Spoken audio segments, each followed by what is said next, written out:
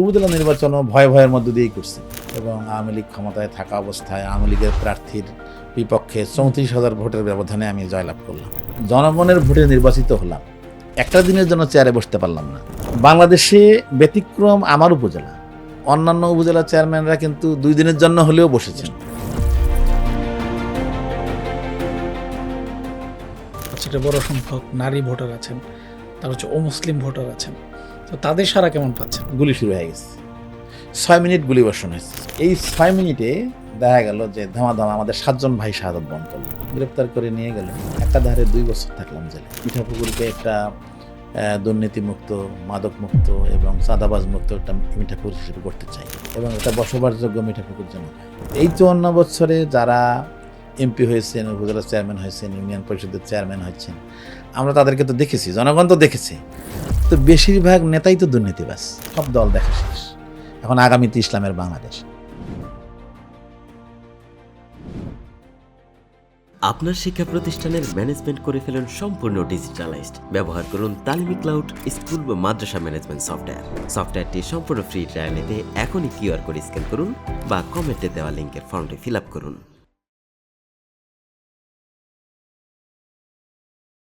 আসসালামু আলাইকুম রহমতুল্লাহ। ইনোভা টক্সের সম্মানিত দর্শকবৃন্দ, সবাইকে স্বাগত জানাচ্ছি। আজকে আমরা উপস্থিত হয়েছি ইনোভার একটি গুরুত্বপূর্ণ পর্ব, সেটি হচ্ছে জনতার ইশতেহার। এই পর্বে আমাদের সাথে আজকে অতিথি হিসেবে আছেন স্টুডিওতে অধ্যাপক গোলাম রব্বানী স্যার, যিনি মিঠাপুকুর উপজেলার সাবেক চেয়ারম্যান এবং বাংলাদেশ জামাতে ইসলামী মনোনীত মিঠাপুকুর রংপুর 5-এর সম্মানিত সংসদ সদস্য পদপ্রার্থী। আমরা স্যারের সাথে ইনশাল্লাহ কথা বলবো। আসসালামু আলাইকুম। ওয়ালাইকুম আসসালাম। স্যার কেমন আছেন? জি আলহামদুলিল্লাহ। তো সামনে নির্বাচন, আমরা মূলত আপনার কাছে নির্বাচন সম্পর্কে কিছু জানবো। এর আগে দর্শকদের জানার থাকে যে বিশেষ করে মানুষের ব্যক্তিগত বিষয় নিয়ে আগ্রহ থাকে, আর আপনার মতো যারা নেতা আছেন তাদের সম্পর্কে আরও জানতে চান। তো প্রথমে আমরা একটু জানার চেষ্টা করবো যে আসলে আপনার জন্ম এবং বেড়ে ওঠাটা কোথায়? হ্যাঁ, আমার জন্ম একটা মিঠাপুকুর উপজেলারই, এটাকে 1 নম্বর খোড়াগাছ ইউনিয়ন বলে। খোড়াগাছ ইউনিয়নের রূপসী গ্রাম। তো এই গ্রামটা মোটামুটি বেশ বড় গ্রাম, 19টা পাড়ার সমন্বয় একটা গ্রাম। তো সেই গ্রামের মুন্সিপাড়া নামে একটা পাড়া আছে, সেই পাড়ায় আমার জন্ম। এটা একবারে 1 নম্বর ইউনিয়নের পূর্ব প্রান্ত আর কি। তো আমার জন্ম ওখানে হলেও আমার শুরুটা প্রথম আমার গ্রামে ছোট্ট একটা প্রাইমারি স্কুলে আমি যাতায়াত করতাম। ক্লাস 1টা আমি বাসায় পড়েছি, তারপরে ক্লাস 2তে সরাসরি ভর্তি হয়েছি। আচ্ছা। তো ওই স্কুলটা স্বাধীনতার পর, এটা স্বাধীনতার আগের কথা বলছি। আচ্ছা স্যার, তো আপনার জন্ম সনটা জন্ম সনটা 1963। আচ্ছা। তো খুব কম বয়সে আমার লেখাপড়াটা শুরু। তো ক্লাস 1টা আমি বাসায় পড়েছি, ক্লাস 2তে গিয়ে সরাসরি স্কুলে ভর্তি হই। আমি যখন ক্লাস 4-এ উঠলাম সবেমাত্র, তখন স্বাধীনতা যুদ্ধ শুরু হলো। তো তারপরে বেশ কিছুদিন স্কুল যাতায়াত বন্ধ। তারপরে আবার শুরু করলাম পার্শ্ববর্তী ইউনিয়নে, ওটাকে রানীপুকুর ইউনিয়ন বলে, ওটা 2 নম্বর ইউনিয়ন, আমার বাড়ি থেকে 1 মাইল দূরে আর কি। তো আমার ইউনিয়ন আলাদা হলেও আমাদের ওঠা বসাটা সবসময় রানীপুকুরের সাথে, বাজারঘাট ওঠা বসা পড়াশোনা ওটার সাথেই। তো সেখানে ক্লাস 4-এ ভর্তি হলাম। তারপরে যুদ্ধের কারণে তো ক্লাস 4-এ আমাদেরকে অটো পাস দিয়ে দিল। আচ্ছা। অটো পাস দেওয়ার পরে আমরা ক্লাস 5-এ গেলাম যুদ্ধের পরে। তো 5-এ ওখানেই পড়াশোনা করলাম, ওর সঙ্গে অ্যাটাচড হাই স্কুল। ওই হাই স্কুলে আমার বাবাও শিক্ষকতা করতেন, ধর্মীয় শিক্ষক ছিলেন সেখানে। তো ওই হাই স্কুল থেকে আমি এসএসসি পাস করেছি এবং বরাবর ক্লাসে ফার্স্ট বয় ছিলাম। তো ওই স্কুল থেকে এসএসসি পাস করেছি 1978 সালে। তারপরে সেখান থেকে রংপুরের বিখ্যাত কলেজ, উত্তরবঙ্গের কারমাইকেল কলেজে, সরকারি কলেজ, সেখানে ইন্টারমিডিয়েটে ভর্তি হই এবং 1980 সালে সেখান থেকে ইন্টারমিডিয়েট পাস করি। করার পরে ওই কলেজেই আমি গণিত বিভাগে অনার্সে ভর্তি হই। আচ্ছা। এবং ওখান থেকে নর্মালি আমাদের সেশন অনুযায়ী 83 সালের পরীক্ষা, তখন তো সাধারণত 1 বছর পরে হতো পরীক্ষাটা, 84 সালে হওয়ার কথা ছিল। আচ্ছা। তখন এরশাদ সাহেব ক্ষমতায়। তো সে সময় দেখা গেল যে দেশের রাজনৈতিক পরিস্থিতিটা প্রথম দিকে কিছুটা ভালো থাকলেও যতই দিন যেতে লাগলো পরিস্থিতিটা কিছুটা অস্বাভাবিক হলো। এবং এই 80-র দশকটাতে মূলত আমাদের দেশের শিক্ষা প্রতিষ্ঠানগুলোতে প্রচুর রাজনৈতিক সহিংসতা হয়েছে। আচ্ছা। তো এর কবলে পড়ে গেলাম। এবং এরশাদ সরকার প্রথম 1985 সালে উনি উপজেলা নির্বাচনের সিদ্ধান্ত নেন, উপজেলা পরিষদ গঠন হয়। সেই সময় দেশের বড় বড় রাজনৈতিক দল সবাই কিন্তু এটার বিপক্ষে ছিল। আচ্ছা। আওয়ামী লীগ, বিএনপি থেকে শুরু করে কম বেশি সবাই এটার বিরোধিতা করেছে। তো এক পর্যায়ে ইলেকশনটা অনিশ্চয়তা দেখা দিল। তো আমার এই 85 সালে অনার্স পরীক্ষার প্রথম দিন যেদিন, সেই দিন হঠাৎ করে আমরা পরীক্ষা দেওয়ার জন্য বের হয়েছি। রাস্তায় বের হয়ে শুনি, সকাল থেকে তো পড়াশোনায় ব্যস্ত ছিলাম, রাস্তায় বের হয়ে শুনলাম পরিচিত এক ব্যবসায়ী আমাকে বলতেছেন যে ভাই কই যান, আচ্ছা। আজকে তো পরীক্ষা টরীক্ষা হবে না। মানে কেন? তো বললো যে কেন খবর শোনেননি, দেশের সব কলেজ বিশ্ববিদ্যালয় বন্ধ হয়ে গেছে। তো হতবাক হয়ে গেলাম, কি বলে, যে তেমন কিছু তো ঘটে নাই, কোথায় কি হলো? তো পাশে এক হোটেলে গিয়ে বললাম যে ভাই রেডিওটা অন করেন, একটু শুনি, বা টিভিটা অন করেন। তো ওই ভাই বললেন যে হ্যাঁ পরিচিত, বলে যে হ্যাঁ 10 মিনিট পর পর বুলেটিন দিচ্ছে তখন। তো সেখানে জানতে পারলাম যে দেশের সকল কলেজ বিশ্ববিদ্যালয় সব বন্ধ করে দেওয়া হয়েছে। আচ্ছা। তখন তো ছাত্র কোন্দল, ছাত্র রাজনীতি বা বিশ্ববিদ্যালয়ে গোলমাল কম বেশি বিভিন্ন জায়গায় হতোই। নর্মালি একটা আগের দিন ঘটেছে কোনো এক শিক্ষা প্রতিষ্ঠানে, এই অজুহাতে সমস্তগুলো বন্ধ করে দেওয়া হলো। আর সেই সময় আমাদের কারমাইকেল কলেজ এটা কিন্তু রাজশাহী বিশ্ববিদ্যালয়ের আন্ডারে ছিল। আচ্ছা। তখন তো জাতীয় বিশ্ববিদ্যালয় প্রতিষ্ঠা হয়নি। তো রাজশাহী বিশ্ববিদ্যালয়ের আন্ডারে তখন, এখন যেটা রংপুর বিভাগ, তারপরে রাজশাহী বিভাগ, তখন তো এটা রাজশাহীর আন্ডারেই ছিল, পুরো রাজশাহী বিভাগের 16 জেলা, আর খুলনা বিভাগের যে পশ্চিমাঞ্চলের যে জেলাগুলো, বৃহত্তর খুলনা, যশোর, কুষ্টিয়া, এই জেলাগুলো, এগুলো সব রাজশাহী বিশ্ববিদ্যালয়ের আন্ডারে ছিল। তো তখন দেখা যেত যে প্রায়ই ঘটনা ঘটতো যে কোনো একটা কলেজে বা কোনো একটা বিশ্ববিদ্যালয়ে যদি এরকম একটা হয়, সব কিছু বন্ধ হয়ে যায়। আচ্ছা। তো ওই দিন তো দেখা গেলো যে গোটা বাংলাদেশেই বন্ধ। তো কি আর করার, আমরা ওখান থেকে ফেরত আসলাম। এই যে বন্ধ হলো, একেবারেই একটানা 5 মাস বন্ধ থাকার পরে এর ফাঁকেই এরশাদ সরকার প্রথম উপজেলা নির্বাচন করলো। আচ্ছা। মানে এটা হয়তো সরকার চিন্তা করেছে অথবা কেউ তাকে পরামর্শ দিয়েছে যে আন্দোলন ঠেকাতে গেলে কলেজ বিশ্ববিদ্যালয় বন্ধ করা ছাড়া কোনো উপায় নাই। এই কারণে হয়তো বা তিনি এটা করেছেন, এটা আমাদের ধারণা আর কি। তো একাধারে 5 মাস বন্ধ থাকার পরে বিশ্ববিদ্যালয় খুললো, সব কলেজগুলো খুললো।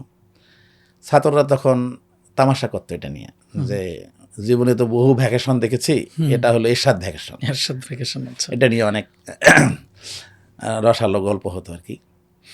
তারপরে পরীক্ষা শুরু হলো। হ্যাঁ, পরীক্ষা শুরু হলো, আবার পরীক্ষা শুরু হলো। কিন্তু দুঃখের বিষয় যে আমি অনার্স পরীক্ষা দিতে গিয়ে বেশ অসুস্থ হয়ে পড়লাম। তো আমার 2টা পার্ট পরীক্ষা খুব খারাপ হয়ে গেল। তো যদিও পাশ করলাম, রেজাল্টটা কাঙ্ক্ষিত মানের হলো না। তো এই জন্য পরের বছর আবার ইমপ্রুভমেন্ট পরীক্ষা দিলাম। তো তখন কিন্তু 86 সাল, তো পরীক্ষাটা হইতে হইতে একদম 86 শেষের দিকে চলে গেল। যাওয়ার পরে পরীক্ষা শুরু হলো, শেষ করতে করতে 87 শুরু। তো 87 সালে আবার দেখা গেল যে পরপর সেই সময় খুব বন্যা, 87 বন্যা, 88 বন্যা, এটা বেশ গোটা বাংলাদেশ জুড়ে একটা আলোচিত বিষয় ছিল আর কি। তো তখন সিস্টেম ছিল যে মাস্টার্স পরীক্ষা আপনার অনার্স পাস না করলেও বা রেজাল্ট হওয়ার আগেও মাস্টার্সে ভর্তি হওয়া যেত। আচ্ছা। এটা সিস্টেম ছিল, কারণ সেশন জটটা এত বেশি ছিল সে সময় যে ওই ফলাফল দিতেই অনেক সময় দেরি হয়ে যেত। তো আচ্ছা। ওখানে অ্যাডভান্স ভর্তি হওয়া যায়, ওখানে লিখিত দিতে হয় যে যদি পরীক্ষার ফলাফল খারাপ হয় অটোমেটিক ভর্তি বাতিল হয়ে যাবে। রাইট। তো সেভাবে করে আমরা রাজশাহী ইউনিভার্সিটিতে ভর্তি হলাম মাস্টার্সে। আচ্ছা। তো দেখা গেল যে আমরা 1 বছর ক্লাস করলাম, মাস্টার্সে তো 1 বছরই কোর্স। তো 88-তে নর্মালি পরীক্ষা হওয়ার কথা শুরুর দিকেই। তো ওখানে দেখা গেল যে কোনো কোনো সাবজেক্টে ক্লাস শেষ হয়নি তখনও। তো একটু 1.5-2 মাস পিছায় গেল। পিছায় যাওয়ার পরে বিশ্ববিদ্যালয়ে একটা অনুষ্ঠানের আয়োজন করেছিল সেই সময়। এটা হলো যে ওখানকার যে কেন্দ্রীয় হলরুমটা আছে ওখানে জাদুকর জুয়েল আইস, যে আমাদের দেশের বিখ্যাত জাদুঘর, তো তাকে নিয়ে গেল একটা জাদু খেলার আয়োজন। সেখানে এই হলে প্রবেশ নিয়ে টিকিট কাটা নিয়ে একটা বাইরে বিতর্ক চলতেছিল, গোলমাল। আমরা ভিতরে বসে জাদু খেলা দেখছি। হঠাৎ করে খুব গোলমাল, গলাগলির শব্দ। তারপরে তো দরজা খুলে দেখা গেল যে না, বাইরে তুমুল গোলমাল চলছে, লাঠি সোটা নিয়ে দৌড়ঝাঁপ। তারপরে কেউ প্রকাশ্যে অস্ত্র নিয়ে বের হয়েছে, এরকম একটা সিচুয়েশনে পড়ে গেলাম। তারপরে কোনো রকম বের হয়ে দ্রুত রুমে চলে আসলাম। এই ঘটনায় একজন ছুরিকাঘাত হলো। এটাকে কেন্দ্র করে বিশ্ববিদ্যালয় আবার বন্ধ হয়ে গেল। যদিও বা কিছুদিন পরে খুললো, আবার বন্যা শুরু হলো। আচ্ছা। তারপরে আবার এই বন্যা শেষ করে পরীক্ষা শুরু হলো। তো দেখা গেল যে আমরা 4টে পেপার পরীক্ষা দিলাম। দেওয়ার পর হঠাৎ করে একদিন রাতে ছাত্র শিবিরের 2 ছেলেকে হলের মধ্যে মেরে ফেলা হলো। এটা হলো আব্দুল লতিফ হল নামে একটা হল আছে রাজশাহী বিশ্ববিদ্যালয়ে। এই হলে শিবিরের তৎকালীন নেতা ছিলেন আসলাম এবং আসগর, এই 2 জন। আসলাম খুবই মেধাবী ছাত্র ছিল এবং খুব শান্তশিষ্ট, খুবই ভদ্র ছেলে ছিল, এবং তার অনার্সের রেজাল্ট কিন্তু ফার্স্ট ক্লাস ফার্স্ট ছিল সে। এবং শিক্ষকরা তাকে খুব পছন্দ করত। সবাই ধরে নিয়েছিল যে আসলাম এখানকার শিক্ষক হবে। আচ্ছা। সবারই প্রত্যাশা। তো ছোট্ট একটা ঘটনাকে কেন্দ্র করে সন্ধ্যাবেলায় পাশে জোহা হল নামে একটা হল আছে, ওই হলে একটা পোস্টার লাগানোকে কেন্দ্র করে একটা জটলা হয়েছে সন্ধ্যাবেলায়। তারপরে এক পর্যায়ে সব কিছু শান্ত হয়ে গেছে। তো সে পরীক্ষার্থী হিসেবে স্বাভাবিকভাবে রাত 12টা পর্যন্ত জেগেছিল, শোয়ার প্রস্তুতি নিচ্ছে। এরকম 12:30 হয়তো বেজেছে সেই সময়। হলেরই পরিচিত কোনো এক ছেলে গিয়ে দরজায় নক করেছে যে আসলাম ভাই একটু দরজাটা খোলেন। স্বাভাবিকভাবেই দরজাটা খুলে দিছে। খোলার সঙ্গে সঙ্গেই তাকে ছুরি দিয়ে আঘাত করা হলো, পটাপট বেশ কয়েকটা। এবং পাশাপাশি পাশে এক রুমে আসগার থাকতো, তাকে ওইভাবে একই কায়দায় স্টেপ করা হলো। তা আমরা কিন্তু ওই মুহূর্তে হলের বাইরে থাকতাম। বাইরে থাকতাম এই কারণে যে আমরা যারা বাইরে থেকে অনার্স করে গেছি, বাইরের কলেজ থেকে, তো ওই 1 বছরের জন্য আমাদেরকে হলে সিট দিত না। আচ্ছা। এবং আমাদেরকে ভর্তির সময় লিখে দিতে হইতো যে আমি হলে কোনো সিট দাবি করব না। আচ্ছা।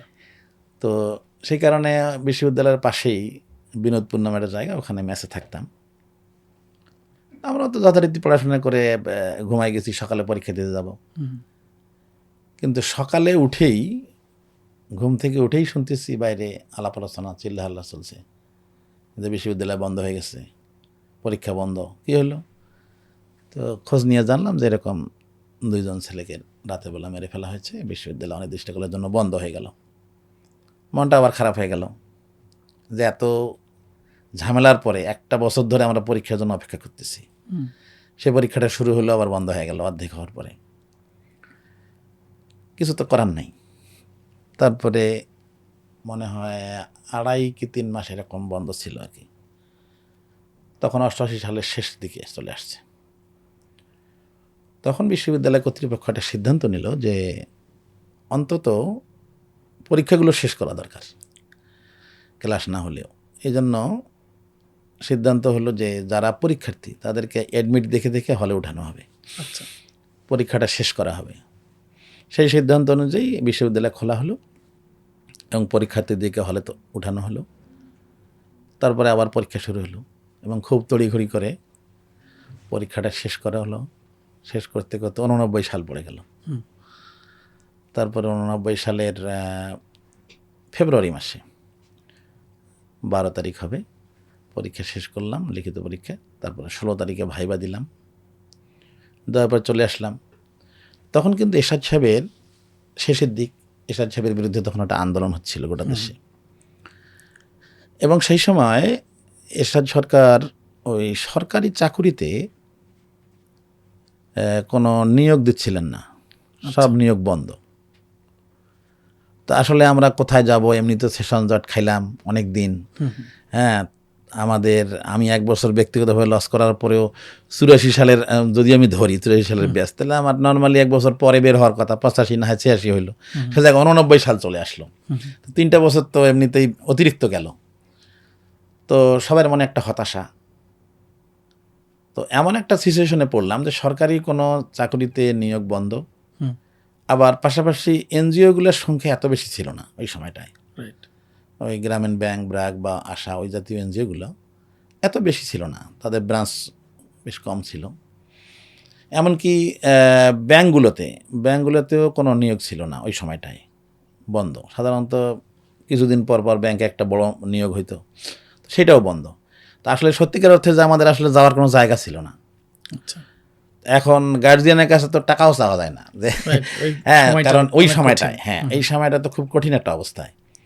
তো তখন কিছুদিন রংপুর শহরে অবস্থান করি, টুকটাক একটু বাসায় টিউশনি করি, অন্তত নিজের হাত খরচটা চালা, বা দেখা যায় যে একটু চাকরির দরখাস্ত করব। ঘন ঘন গার্জিয়ানকে বিরক্ত করতেও মন চায় না। সব কিছু মিলায় শহরে থাকি আর চাকরির দরখাস্ত করি বিভিন্ন জায়গায়। এখন চাকরি বলতে তখন বেসরকারি কলেজ, আর তাছাড়া আমাদের যাওয়ার কোনো সত্যিকার অর্থে উপায় ছিল না। তো বিভিন্ন জায়গায় পরীক্ষা দিতে যাই। তো যেখানেই যাই সেখানে গিয়ে দেখি যে হয় আমাদের বন্ধু বান্ধব বা আমার 1 বছর সিনিয়র এই টাইপের কারোর সঙ্গে দেখা হয়। তো ওখানে গেলেই লোকজন জিজ্ঞেস করে, ভাই বাড়ি কোথায়, কোত্থেকে আসছেন? তো যখন বলি যে আমরা অমুক জায়গা থেকে আসছি, তখন স্থানীয় লোকজন বলে যে খামাখা কি জন্য আসছেন আপনারা, এখানে তো অমুককে সিলেকশন দিয়েই রাখছে, তার তো চাকরি হয়ে গেছে মনে করেন, সে তো এখানে পার্ট টাইম ক্লাস নেয়, হ্যাঁ, তার তো চাকরি হয়ে গেছে বলতে পারেন। এটা পরীক্ষা একটা জাস্ট ফর্মালিটি। তো আপনারা খামাখা এত দূর থেকে আসছেন। তো এরকম 2-4 জায়গায় যখন ঘটনা ঘটলো, তখন আমরা আসলেই হতাশ হয়ে গেলাম। তাহলে হচ্ছেটা কি, আমাদের জীবনটা যাচ্ছে কোন দিকে? তো ধীরে ধীরে এদিকে সরকারের বিরুদ্ধে আন্দোলনও বাড়তে লাগলো। এরই এক পর্যায়ে আমাদের পরীক্ষার ফল বের হলো জুন মাসে 89 সালে। ওই সময় আমার ওই মিঠাপুকুর কলেজে একটা দরখাস্ত করলাম।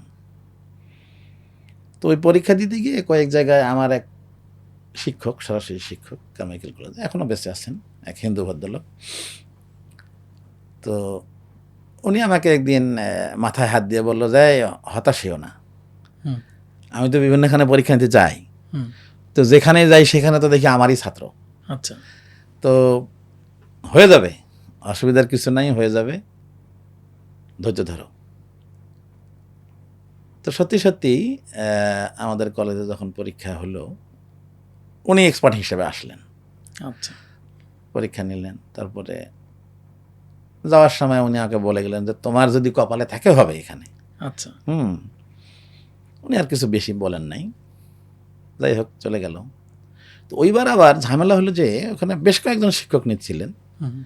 তো ওইখানে দেখা গেছে যে আমাদের বিজ্ঞান বিভাগের ফিজিক্স, কেমিস্ট্রি এবং ম্যাথমেটিক্সের শিক্ষক নেওয়া হবে, তার জন্য আলাদা একটা ভাইবা বোর্ড। আর মানবিক বিভাগে সেখানে দেখা যাচ্ছে যে রাষ্ট্রবিজ্ঞান, অর্থনীতি, ইংরাজি, এ ধরনের কয়েকটা সাবজেক্টের জন্য আলাদা একটা বোর্ড। 2 জন এক্সপার্ট আসছে, 2টা বোর্ড। তো আমাদের জনৈক এক প্রার্থীকে নিয়ে এই মানবিক শাখায় যে বোর্ডটা, এটাতে একটা ঝামেলা হলো। মানে পরীক্ষায় যিনি প্রথম হয়েছেন তাকে কমিটির কিছু লোক তাকে নেবে না। আচ্ছা, তাকে নিয়ে মতবিরোধ তৈরি হলো। কেন নেবে না? যে সে শিবির করে, শিবির করতো, সে শিবিরের নেতা ছিল। এটা বিতর্ক তৈরি করা হলো। সেই সময় আমাদের কলেজের সভাপতি ছিলেন হলো মিঠাপুকুরের এক ইউনো। তো ওনাকে চাপ দেওয়া হলো যে এই ফলাফলটা কারেকশন করতে হবে, আচ্ছা যে দ্বিতীয় হয়েছে তাকে প্রথম বানাতে হবে, দিয়ে তাকে নিতে হবে। ইনি এটাতে রাজি হলেন না, যে না এটা আমি করব না। হুম। যিনি পরীক্ষা দিয়েছেন তিনি ফার্স্ট হয়েছেন, আমি কেন আমার হাত দিয়ে এটা কেন করবেন আপনারা, এটা আমি করব না। আচ্ছা আপনারা যদি কেউ রাজি না থাকেন প্রয়োজনে এই পরীক্ষা বাতিল হবে, হুম। পুনরায় অ্যাডভার্টাইজমেন্ট হবে, তারপরে আবার পরীক্ষা হবে, আবার নতুন করে নিয়োগ হবে, কিন্তু ফলাফল আমি এভাবে করব না, কাটাকাটি আমার হাত দিয়ে আমি করব না। আচ্ছা তো এটা নিয়ে দেখা গেল যে কলেজের ম্যানেজিং কমিটি দুই ভাগে ভাগ হয়ে গেল, এবং এটা নিয়ে দফায় দফায় মিটিং, তারপরে কোনো সুরাহা হচ্ছিল না। তো শেষ পর্যন্ত আমরা কমিটির লোকজনকে বললাম, তাদের সাথে যোগাযোগ করলাম এবং প্রিন্সিপাল সাহেবকেও বললাম যে দেখেন আপনারা এই দুইটা বোর্ড করেই তো ঝামেলাটা করলেন, তো ঝামেলা তো হয়েছে মানবিক বিভাগের ওই বোর্ডে, আমাদের বোর্ডে তো কোনো ঝামেলা নাই, আছে কি? না, তা নাই। তো আমাদের যারা আমরা সায়েন্সের সাবজেক্টগুলোতে যারা পরীক্ষা দিলাম, হুম। তো এইখানে যদি ঝামেলা না থাকে তা আমাদের নিয়োগটা কেন আপনারা দিচ্ছেন না, আচ্ছা এটা কেন আটকায় রাখলেন? আপনারা মেহরবানি করে পরের বৈঠকে এটা মিটিংয়ে আপনারা এটা পাশ করেন। তো যাই হোক শেষ পর্যন্ত তারা রাজি হলেন। আমরা এই এতে যারা ছিলাম, তো ফিজিক্সের একজন, কেমিস্ট্রির একজন, আর আমি ম্যাথমেটিক্সের, এই তিনজন আমাদেরটা অনুমোদন হয়ে গেল। তারপরে সেখানে জয়েন করলাম। মানে এগুলো করতেই আমাদের প্রায় 7-8 মাস দেরি করেছে ওনারা। আচ্ছা 90 সাল পড়ে গেল। তো 90 সালের ফেব্রুয়ারির 15 তারিখে আমি কলেজে জয়েন করলাম। তো তখন চিন্তা করলাম যে আসলে মানুষের জীবনটা যে কীরকম, যে এতগুলো বছর জীবনটা থেকে চলে গেল, হুম। যে এই দেখতে দেখতেই কোথায় আমার পাশ করার কথা কখন, চাকরিতে ঢোকার কথা কখন, আর নানান অজুহাতে এই যেভাবে পিছাইতে পিছাইতে অবস্থা কোথায় চলে আসলো, চাকরিতে ঢুকবো সেখানে এসেও ঝামেলা, এরকম করে করে দেখা গেলো জীবন থেকে অনেকগুলো বছর চলে গেল। তারপরে 90 সালে 15 ফেব্রুয়ারিতে যোগদান করলাম, করে তখন থেকে ওখানে থাকলাম। এর ফাঁকে একটা ব্যাংকে অ্যাডভার্টাইজমেন্ট হয়েছিল, দরখাস্ত করেছিলাম। 1.5 বছর পরে সেই ব্যাংকের থেকে কার্ড আসলো পরীক্ষার জন্য। তখন সত্যিকার অর্থে আসলে মনটা চাচ্ছিল না, মানে শিক্ষকতার পেশাটা ভালো লেগে গেল। হুম। ভালো লাগলো এই কারণে যে আসলে ওই সময় আমরা যাদেরকে শিক্ষক হিসেবে পেয়েছি, যারা সিনিয়র ছিলেন, আমাদের পরিবেশটা ভালো লাগছে, এবং তাদের আমাদের প্রতি যে আদর স্নেহ, তাদের যা আমাদেরকে একটা গড়ায় নেওয়ার মানসিকতা, এবং শিক্ষকতা পেশাটা কি, এটা মনে হয় যেন ওনারা আমাদেরকে একেবারে হাতে কলমে শেখাচ্ছেন, বিষয়টা এরকম ছিল আর কি। তো তাদের এই পরিবেশের কারণে আসলে আর মনটা চায়নি যে আমি নতুন করে কোনো চাকরিতে যাই। আর আগে থেকেই ছাত্রজীবন থেকে একটা ইচ্ছা ছিল যে অবৈধ কোনো ইনকাম আছে এই ধরনের কোনো চাকরি করব না, বা সুদি কারবারের সাথেও জড়িত থাকার মানসিকতাটা আসলে ছিল না।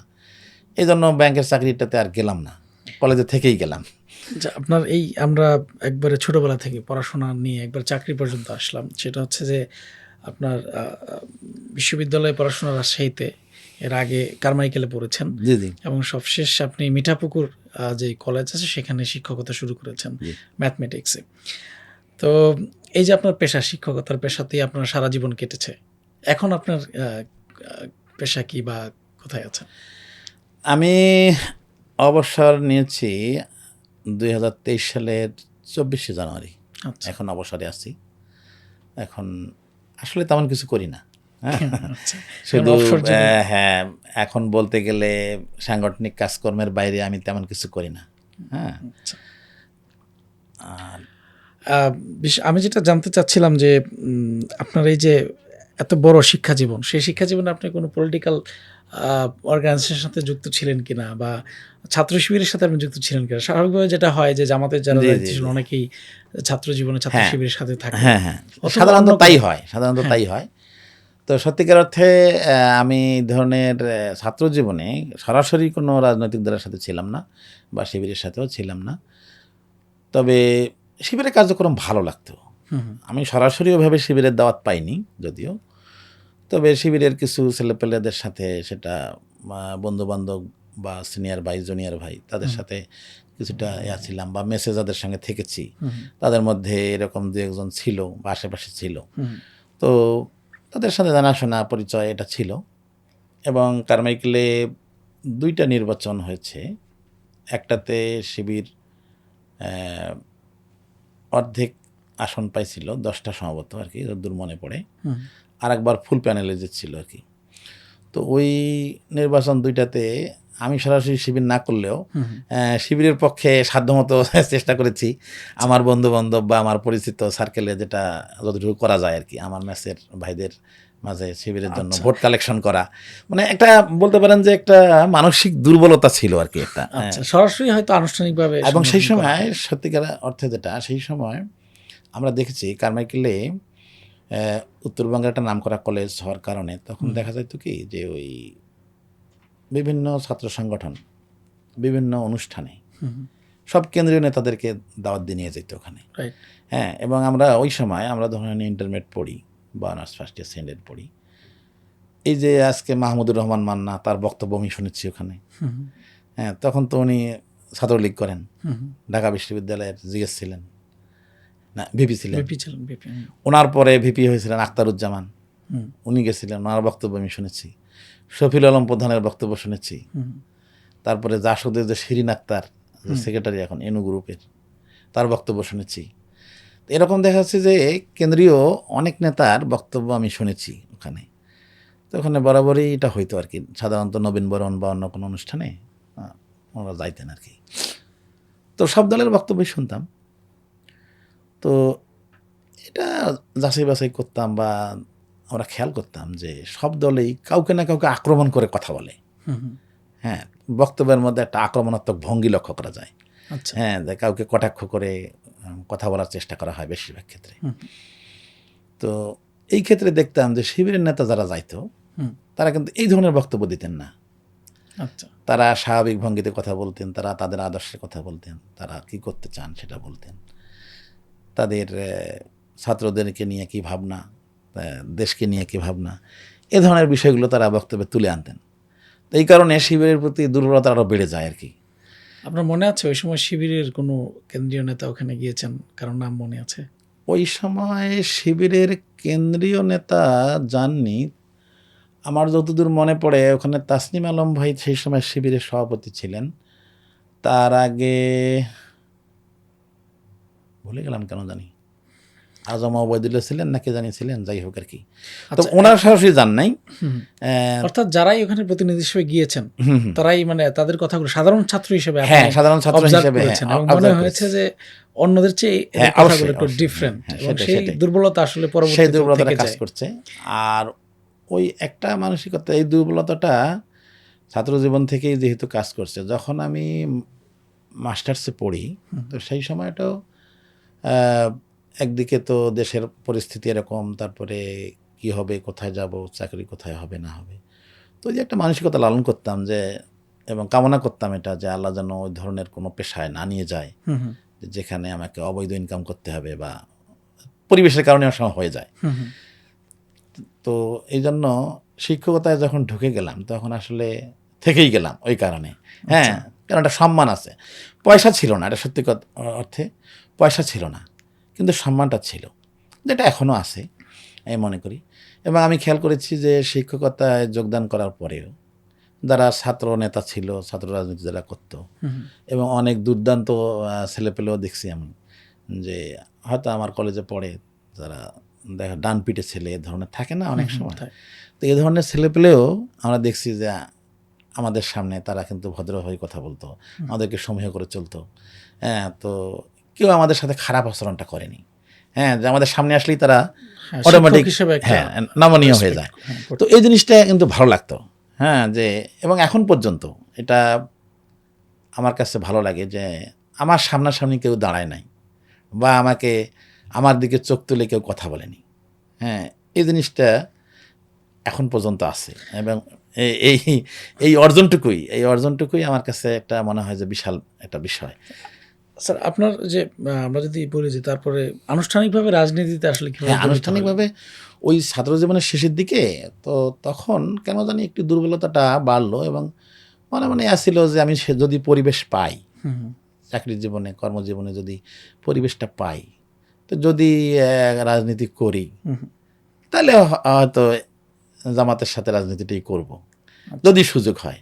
অত তীব্র আকাঙ্ক্ষা না থাকলেও একটা সেরকম একটা সুপ্ত বাসনা আমার মধ্যে ছিল আর কি। তো যখন কলেজের চাকরিতে আসলাম শিক্ষকতা এই পেশায়, তো মিঠাপুকুরে অবস্থান করি প্রপারে। আমার বাড়িটা যদিও গ্রামের বাড়ি, তো ওখান থেকে একটু 10 কিলো দূরে। দৌড়ে। তো ওখানে অবস্থান করি, সেই সুবাদে সার্বক্ষণিক ওঠা বসা, জানাশোনা, মেলামেশার যে সার্কেলটা, হুম, তো ওখানে দেখা গেল যে ওই মিঠাপুকুর প্রপারটা বাজার কেন্দ্রিক যে লোকগুলো যারা উঠা বসা সবসময় করেন, এদের বেশিরভাগ লোকই জামাতের রাজনীতির সাথে জড়িত। এবং সেই সময় আমাদের কলেজের গভর্নিং বডিতেও এরকম দু একজন জামাতের লোকজন সদস্য হিসেবে ছিলেন। সব মিলে তাদের সাথে ওঠা বসাটার সুযোগ হয়েছিল। তো এরকম থাকতে থাকতে 2-1 বছর পরে আমার কলেজ গভর্নিং বডিরই একজন হুম, আমাকে জামাতের দাওয়াতটা সরাসরি পেশ করেন আর কি। আচ্ছা, তো তার দাওয়াতে আমি 1993 সালে জামাতে যোগদান করি। আচ্ছা, যোগদান করার 2-1 মাস পরেই আমাকে কর্মী ঘোষণা দেওয়া হয়। তো তারপরে যেহেতু প্রপারে থাকতাম, হুম, তো প্রপার ইউনিয়নের জামাতের টিমের সাথে আমি যুক্ত হয়ে গেলাম। তারপরে ইউনিয়ন টিম সদস্য। ওই অবস্থায় কিছুদিন থাকার পরে আমি ওখানে এক পর্যায়ে ইউনিয়ন সেক্রেটারি হলাম। হুম, তারপরে সেক্রেটারি থাকলাম বেশ কিছুদিন। তার আগে আমি তো ওই যে বাজারে একটা ইউনিট ছিল আমাদের, যারা চাকুরিজীবী, হুম, হুম, চাকুরিজীবী বসার জন্য আলাদা একটা ইউনিট ছিল, পেশাজীবী, পেশাজীবী, হ্যাঁ। তো ওই ইউনিটের সেক্রেটারি ছিলাম, ওই ইউনিটের বায়তুল সেক্রেটারি ছিলাম। তো এভাবেই প্রপারের এর সাথে যাইতাম, টুকটাক তখন প্রোগ্রাম আদিতে যাইতাম আর কি, বক্তব্য রাখতাম। তো এভাবে এক পর্যায়ে আগায় আসলাম, ইউনিয়ন সেক্রেটারি হলাম। তারপরে আমি 2005 সালে রোকন শপথ নিলাম। আচ্ছা, রোকন শপথ নেওয়ার অল্প কিছুদিন পরে, 2 মাস পরেই, 2 মাস পরেই সেই সময় যিনি উপজেলা সেক্রেটারি ছিলেন, একটা সড়ক দুর্ঘটনায় তিনি মারাত্মক আহত হওয়ার কারণে আমাকে ভারপ্রাপ্ত সেক্রেটারি করা হলো আচ্ছা, 2006 সাল। তো ফেব্রুয়ারি মাসে, ফেব্রুয়ারি থেকে ডিসেম্বর পর্যন্ত আমি ভারপ্রাপ্ত সেক্রেটারি থাকলাম। তারপরে উনি তখনও সুস্থ হয়ে উঠলেন না। তারপরে পরের 7 এবং 8 সালে মঈনুদ্দিন ফখরুদ্দিনের সময়, হুম, তখন আমি উপজেলা সেক্রেটারি দায়িত্ব পালন করলাম। 7, 8, 9, আচ্ছা, তাহলে 6 থেকে 9 পর্যন্ত বলা যায়। এই 4 বছর আমি সেক্রেটারি হিসেবে দায়িত্ব পালন করলাম। তারপরে 10 সালের জানুয়ারি থেকে হয়ে গেলাম উপজেলা আমির। আচ্ছা, উপজেলা আমির হিসেবে 10, 11, 12, 13 থেকে একেবারে 16 পর্যন্ত ছিলাম। আচ্ছা, 17 সালে আমাকে জেলা সাংগঠনিক সেক্রেটারি করা হলো। 17, 18, 2 বছর থাকলাম। আচ্ছা, তারপরে 19, 20, 2 বছর থাকলাম হলো জেলা সেক্রেটারি। আচ্ছা। তারপরে 21 সাল থেকে জেলা আমির হিসেবে এখন পর্যন্ত দায়িত্বে আছি। তার মানে আপনার এই জামাতের দীর্ঘ রাজনৈতিক জীবন একবারে ইউনিট থেকে শুরু করে হ্যাঁ, এখন আপনি রংপুর জেলা আমির হিসেবে জি, দায়িত্ব পালন করছেন, জি। এবং আপনাকে সেই আপনার মাটি মানুষের সাথে আপনি জড়িত ছিলেন, সেখানকার মিঠাপুকুরের বিশেষ করে একবারে জি, জি। ওখানে বেড়ে ওঠা, এখানে কলেজ জীবন, এই পরিবেশটা তো আপনার পরিচিত, এবং এই মানুষদের আকুতি তো অবশ্যই আপনি দেখেছেন। হুম, সেখানে আমরা স্বাভাবিকভাবে দেখি রংপুর আসলে একটা পিছিয়ে পড়া একটা মানে জনপদ বলে আমরা বলি অনেক ক্ষেত্রে, বিশেষ করে উত্তরবঙ্গ সবটাকেই অনেক ক্ষেত্রে জি, আমরা জি। সেটাই বলে থাকি। তো আপনি কী ধরনের ক্রাইসিসগুলো আসলে দেখছেন সেখানে এখন বর্তমান সময়ে? অনেক জেলা তো আসলে এগিয়ে গেছে, বাংলাদেশ ওভারঅল কিছুটা এগিয়েছে, তো আপনার মিঠাপুকুর নিয়ে আপনার কি অবজারভেশন?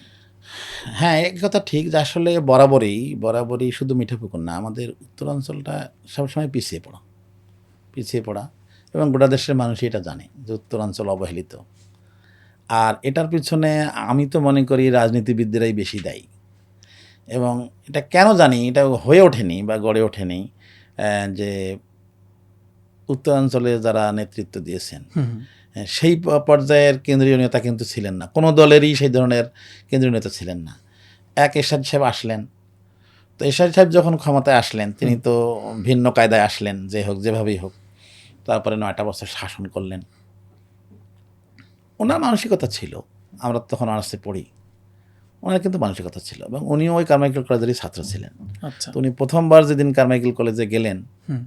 তো আমরা তাকে রিসিভ করলাম সেখানে।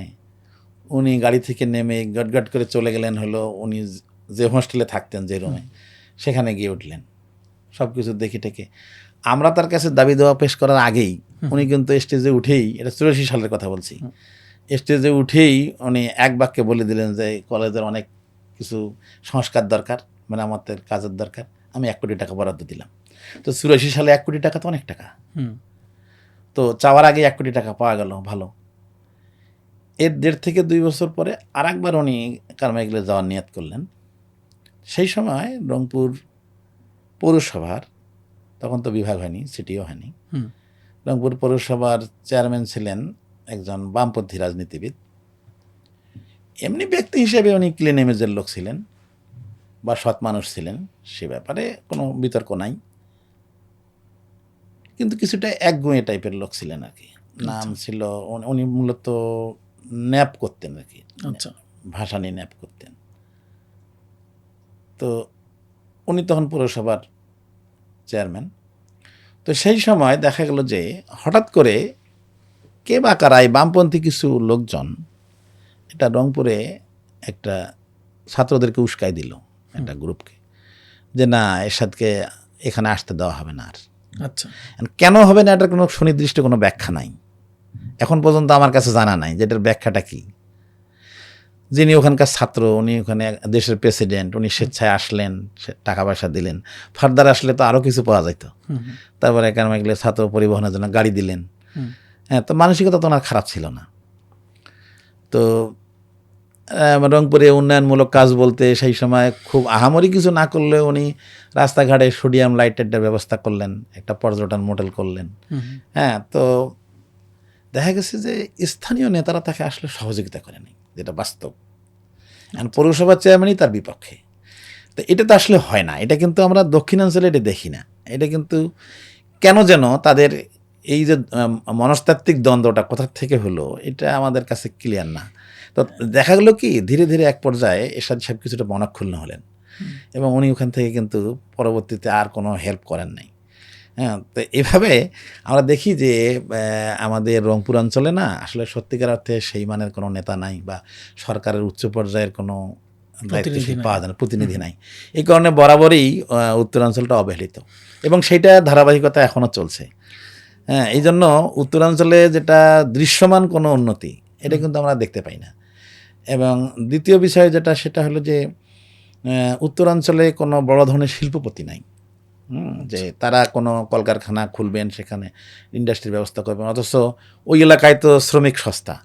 হ্যাঁ, ওখানে যদি এখনও সেরকমের কোনো বড় বড় ইন্ডাস্ট্রি করা যায়, আমরা মনে করি যে ওই এলাকার লোক দিয়েই এগুলো চালানো সম্ভব এবং সেখানে অল্প পয়সায় তারা বেনিফিটেড হবেন, রাষ্ট্র এখান থেকে উপকৃত হতে পারে। কিন্তু এই ধরনের উদ্যোগ নেওয়া হয়নি আসলে।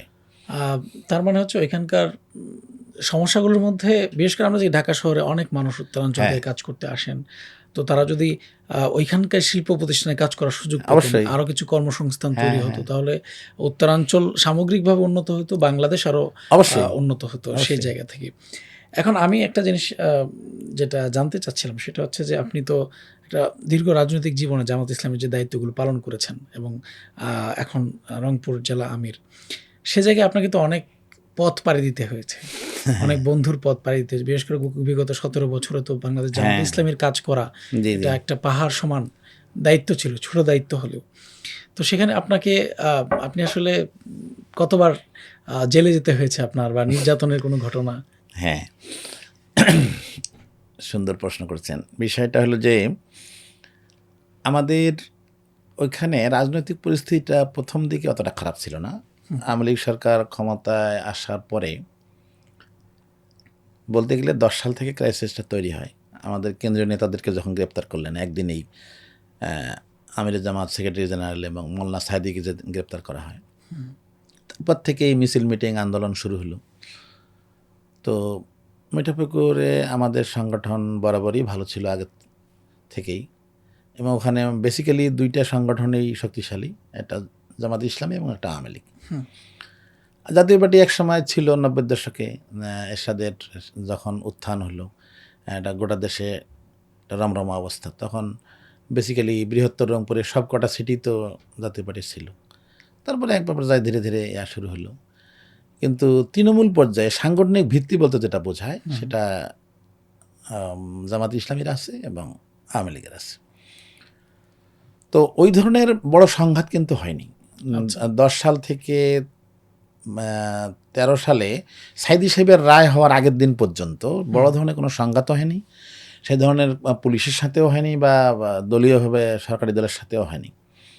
এবং আমরা আমাদের ওখানকার পরিবেশটাকে ধরে রাখার চেষ্টা করেছি এবং আমাদের পরিবেশ আমাদের কন্ট্রোলে ছিল ফুললি, এবং প্রশাসনের সঙ্গে আমাদের যোগাযোগও ছিল। তারা আমাদের কর্মসূচির ব্যাপারে আমরা জানায় কর্মসূচি করতাম, পালন করতাম, তাদের নলেজও থাকতো। হ্যাঁ, তো দেখা গেছে যে আমাদের একটা নেতাকর্মী আন্দোলন করতে গিয়ে কোনো ভাঙচুর করা বা কোনো একটা মোটরসাইকেল বা সাইকেল এমনকি রিক্সার বাতাস পর্যন্ত ছেড়ে দিয়েছে, ধরনের ঘটনাও ঘটেনি। তো হঠাৎ করে যখন সাইদি সাহেবের রায়ের সময়টা আসলো, তো সাইদি সাহেব তো বাংলাদেশে একটা আলোচিত বিষয় ওনার বিষয়টা, এবং ওনার ভক্ত তো জামাত ইসলামের বাইরেও অসংখ্য লোক। হ্যাঁ, যে পরিমাণ লোক জামাত ইসলামের আছে তার বাইরেও তার চেয়ে অনেক বেশি লোক আছে তার ভক্ত। তো যেদিন ওনার রায় হওয়ার কথা, তো ওই দিন স্বাভাবিকভাবে কেন্দ্রীয় সিদ্ধান্ত মোতাবেক আমরা মিছিল মিটিংয়ের একটা প্রস্তুতি ছিল, কেন্দ্র থেকে বলা ছিল। সকালবেলা আমরা লোকজন ডেকেছি, আমরা লোকজনকে ডেকেছি 9টার সময়। আমাদের ধারণা যে 11টা-12টার আগে তো রায় হবে না। তো দেখা গেল যে লোকজনের এত আবেগ, উচ্ছ্বাস তাদের মনের মধ্যে, সেই দিক থেকে ক্ষোভও আছে। তো লোকজন সকাল 7টা থেকে আসা শুরু হয়ে গেল। আচ্ছা, তো আমি বাসা থেকে প্রপারেই থাকি, বাসা থেকে বের হব, তো কিছু একটা খেয়ে বের হব, আমি গোসল টোসল করে রেডি। তো এই সময় দেখতেছি বারবার ফোন আসতেছে। দেখা গেল যে উত্তেজনা কি হলো, আমি বাসায় থেকে খবর পাচ্ছি যে আমাদের অলরেডি 42 জন লোক গ্রেপ্তার হয়ে গেছে। তখন সকাল কেবল 7:30 বাজে। আচ্ছা, কর্মসূচি হওয়ার আগে, কর্মসূচি হওয়ার আগে এত তাড়াতাড়ি যেভাবে গ্রেপ্তার হচ্ছে। এবং এখানে যে বিষয়টা সেটা হলো যে ওই মিঠাপুকুর থানার যে ওসি, তার 2-1 দিন আগেই চেঞ্জ হয়ে গেছে। ওই রায়ের আগের রাতে নতুন ওসি জয়েন করেছে, তার সাথে ফিজিক্যালি পরিচয় হয়নি, শুধু ফোনে কথা হয়েছে। তো এই উত্তেজনা আমাকে অফিস থেকে বারবার বলতেছে তাড়াতাড়ি চলে আসেন। লোকজন উত্তেজিত, মানে এত সকালে গ্রেপ্তার হওয়ার কারণে লোকজন উত্তেজিত হয়ে গেছে। লোকজনকে থামানো যাচ্ছে না। তা আমি খুব দ্রুত বের হয়ে হেঁটে হেঁটে আসলাম, যে এত লোকজনের ভিড়, মোটরসাইকেলটা নিলাম না, হেঁটে অফিসে আসলাম। এসে দেখি তো আসলেই প্রচুর লোকজন এসে গেছে এবং লোকজনের মধ্যে উত্তেজনা। তো ভয়ে সব দোকানপাট আর খুলতেছে না, বাজারে একটা আতঙ্ক তৈরি হয়ে গেল। ওসি সাহেবের সঙ্গে আমরা দফায় দফায় যোগাযোগ করতেছি যে এই লোকগুলোকে কেন ধরলেন, আমরা তো কিছু করিনি এখনো, সকালবেলা লোকজন কেবল আসতেছে, আর আপনি বিভিন্ন জায়গায় চেকপোস্ট বসায় দিয়েছেন এবং সেখানে লোক গ্রেপ্তার করা শুরু করলেন 42 জন। এদের মধ্যে ছাত্রও ছিল, পরীক্ষার্থী ছিল, তারপরে বয়স্ক লোক ছিল। বারবার যোগাযোগ করার পরে দেখা গেল 20 জনকে ছাড়লো, আর 22 জনকে আটকায় দিল। এত রিকোয়েস্ট করতেছি তারা শুনতেছে না, বললো যে কথা দিলাম 6টার সময় ছেড়ে দেব, হরতাল শেষ হলে সন্ধ্যা 6টায় ছেড়ে দেব। তারপরে জানলাম যে এসপি যে আছেন ওই উপজেলার দায়িত্বে, তিনি এসে বসে আছেন। আচ্ছা, এবং তার নির্দেশ মতোই সব কিছু হচ্ছে। তো যাই হোক, এখন এই 22 জনকে তো আটক রাখলোই। লোকজন যতই বেলা বাড়তে থাকলো, লোকজনের ভিড়ও বাড়তে থাকলো, এবং সত্যিকার অর্থে অবস্থাটা এমন হলো যে কি পরিমাণ লোক হয়েছে আমরা নিজেরাও জানি না। মানে 2 কিলোমিটার জুড়ে শুধু লোকজন। তো এত বেশি লোকজন হয়ে গেল, তো আমরা দেখা যাচ্ছে যে দোকানপাট খুলতেছে না, মাইক আনতে পাঠাইলাম, দেখা যাচ্ছে যে মাইকের দোকানদার মাইক দিতে চাচ্ছে না, ভয় পাচ্ছে। তো শেষ পর্যন্ত যাই হোক কোনো রকম একটা মাইক জোগাড় করে নিয়ে আসলো,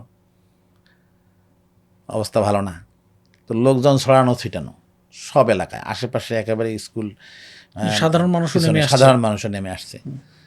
তো যখন রায় ঘোষণা হলো, রায় হওয়ার আগে থেকেই লোকজনের মধ্যে উত্তেজনা। হুম। রায় ঘোষণা হওয়ার পরে লোকজনের উত্তেজনা বেড়ে গেল, তারা মিছিল করবে। তা আমরা খেয়াল করলাম যে সেই দিন প্রশাসন সর্বশক্তি নিয়োগ করলো মিঠাপুকুরের উপরে। হুম। দেখা গেল যে শুধু বিজিবি সদস্যই সেদিন ছিল প্রায় 150-র মতো। আচ্ছা। আর তারা পুরা উপজেলা ক্যাম্পাসের গেটে অবস্থান নিল। তাদের ধারণা যে হয়তো উপজেলায় আক্রমণ হতে পারে। আর পুলিশ বোধহয় 500-র উপরে। তো তারা থানা এবং উপজেলা পরিষদকে ঘিরে অবস্থান নিয়ে নিল এবং পুরা মূল ঢাকা রংপুর মহাসড়কের পাশে অবস্থান নিল।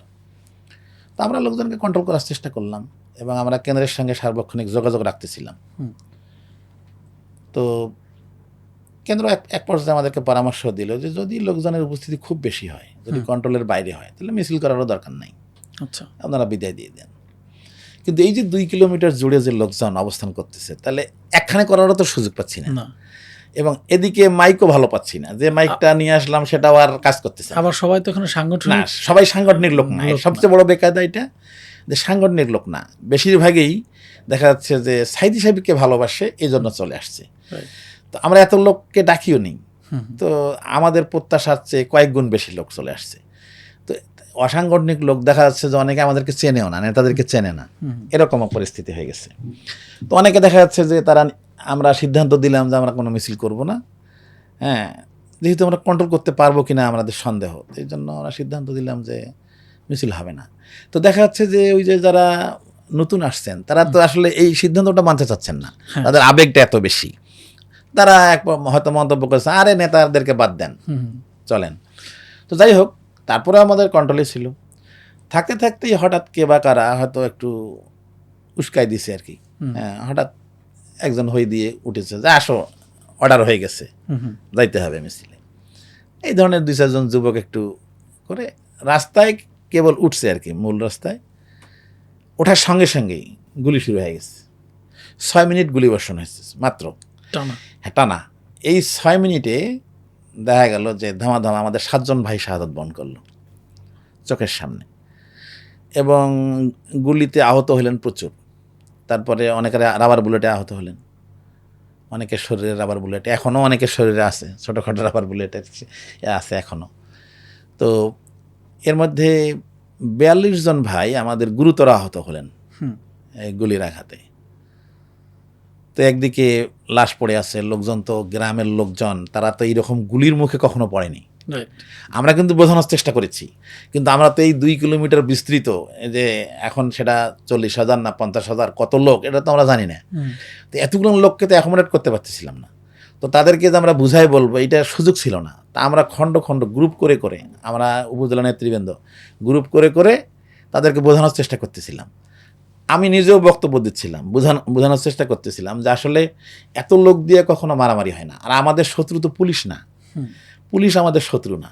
আমাদের আন্দোলন সরকারের বিরুদ্ধে, আমাদের আন্দোলন হলো আওয়ামী লীগের বিরুদ্ধে। তো আমরা তো পুলিশকে আক্রমণ করব না। আর তাদের এই গুলির মুখে এইভাবে এত লোক, এখানে হাঁটার জায়গা নাই, সেইখানে তো মারামারি করারও সুযোগ নাই। দেখা যাবে গুলি শুরু হলে লোকজন দিক বিদিক যাবে, হয়তো পায়ের নিচে পড়ি অনেকে চাপা পড়ি মারা যাবে। তো আমরা এই লোকজনকে বুঝাইতেছিলাম, কিন্তু এর মধ্যেই ঘটনাটা ঘটে গেল। মাত্র 6টা মিনিটের মধ্যেই এই মর্মান্তিক ঘটনাটা ঘটে গেল। তো লাশগুলো যাই হোক সংগ্রহ করে নিয়ে আসা হলো অফিসে। এরপরে যারা একটু সিরিয়াস গুলিবিদ্ধ হলো, আমরা তাদেরকে ভ্যান যোগে শহরে পাঠালাম। কিন্তু অবস্থাটা এতই খারাপ, সেখানে আমরা জানতে পারতেছি যে হাসপাতালের গেটে ছাত্রলীগ যুবলীগের ছেলেরা লাঠি সোটা নিয়ে পাহারা দিচ্ছে, হাসপাতালে যেন কেউ যেতে না পারে, চিকিৎসা নিতে না পারে। এবং রংপুর শহরের পরিচিত সরকারি বেসরকারি যে হাসপাতালগুলো, সবগুলোর গেটে গেটেই অবস্থা। তারপরে অনেক কষ্ট করে চোরাগুলি দিয়ে এরকম করে 2-1 জায়গায় আমরা নিয়ে গিয়ে চিকিৎসা দিলাম। কাউকে এমনও হয়েছে যারা একটু অপেক্ষাকৃত কম আহত, তাদেরকে গ্রামের মধ্যে দেখা যাচ্ছে কোনো ডাক্তারকে বাড়ি থেকে নিয়ে এসে প্রাথমিক চিকিৎসাটা দেওয়া হয়েছে। খুবই একটা মর্মান্তিক দিন ছিল ওই দিনটা। আমাদের কারো চোখে ঘুম নাই, এরকম একটা কঠিন পরিস্থিতি তৈরি হয়ে গেল। এই 42 জনের মধ্যে অবস্থা হয়ে গেলো যে বিভিন্ন জনের বিভিন্ন ধরনের অপারেশন, তারপরে কারো রক্ত লাগবে, কাউকে ঢাকা পাঠাইতে হবে, ঘন্টায় ঘন্টায় খবর আসতেছে, এটা চাই সেটা চাই, এত টাকা লাগবে অত টাকা লাগবে। মানে একটা কঠিন পরিস্থিতি আমরা পার করতেছিলাম।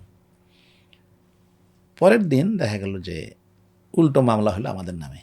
আচ্ছা। হ্যাঁ, পুলিশ সেখানে মামলায় বলল যে এই লোকগুলোকে আমরা ডেকে নিয়ে আসছি, তাদেরকে একত্রিত করছি এবং আমরাই তাদেরকে মেরে ফেলছি।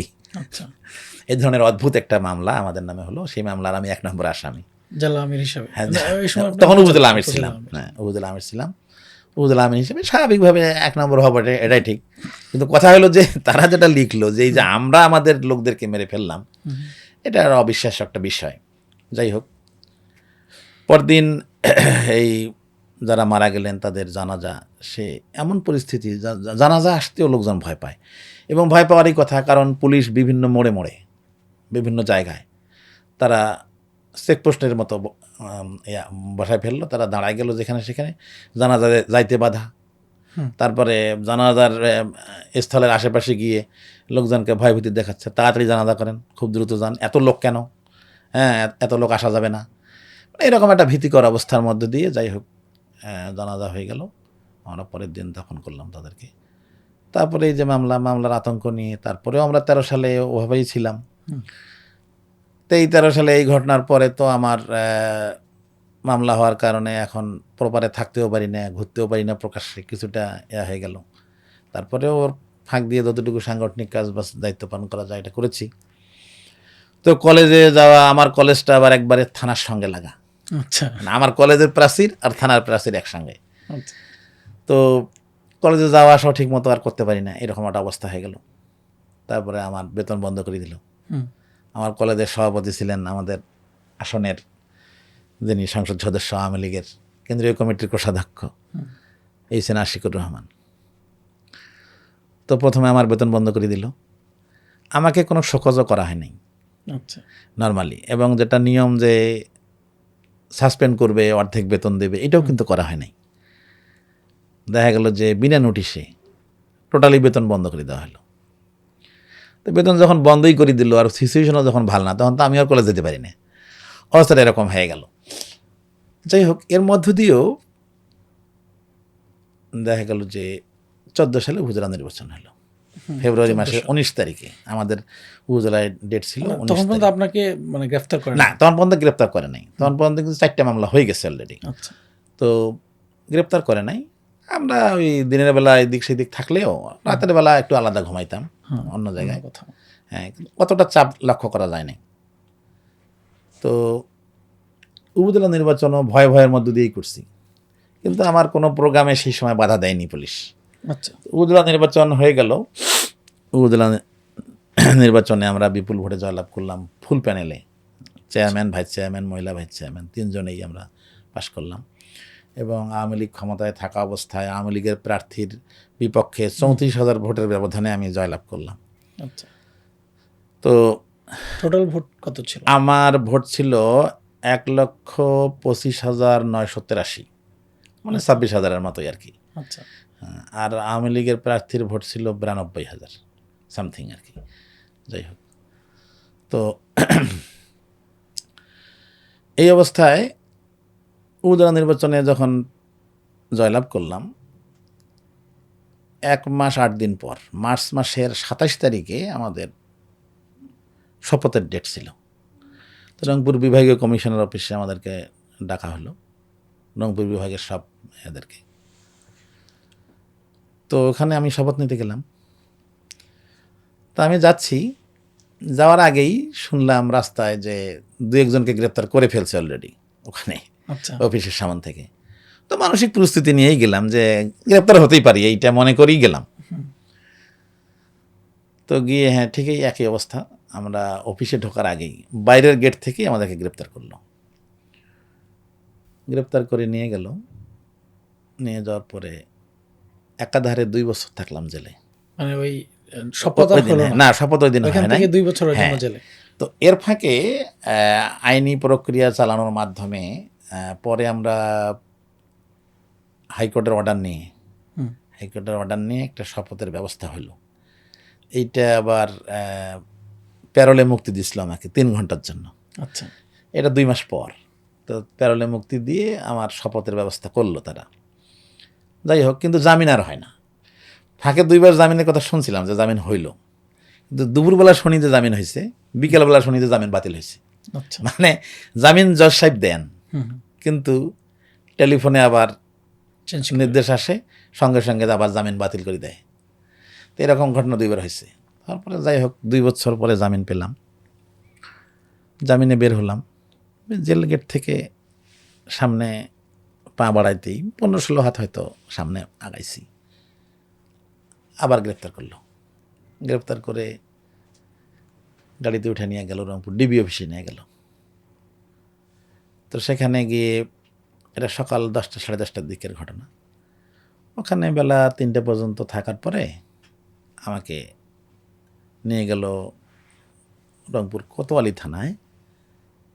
ওইখানে ভিকটিম সাপোর্ট সেন্টার একটা আছে, একটা আলাদা বিল্ডিং। ওইখানে যে লোকগুলোকে জেলেও রাখা যাচ্ছে না, ছেড়েও দেওয়া যাচ্ছে না, হুম, এই টাইপের কিছু আসামি ওখানে থাকে।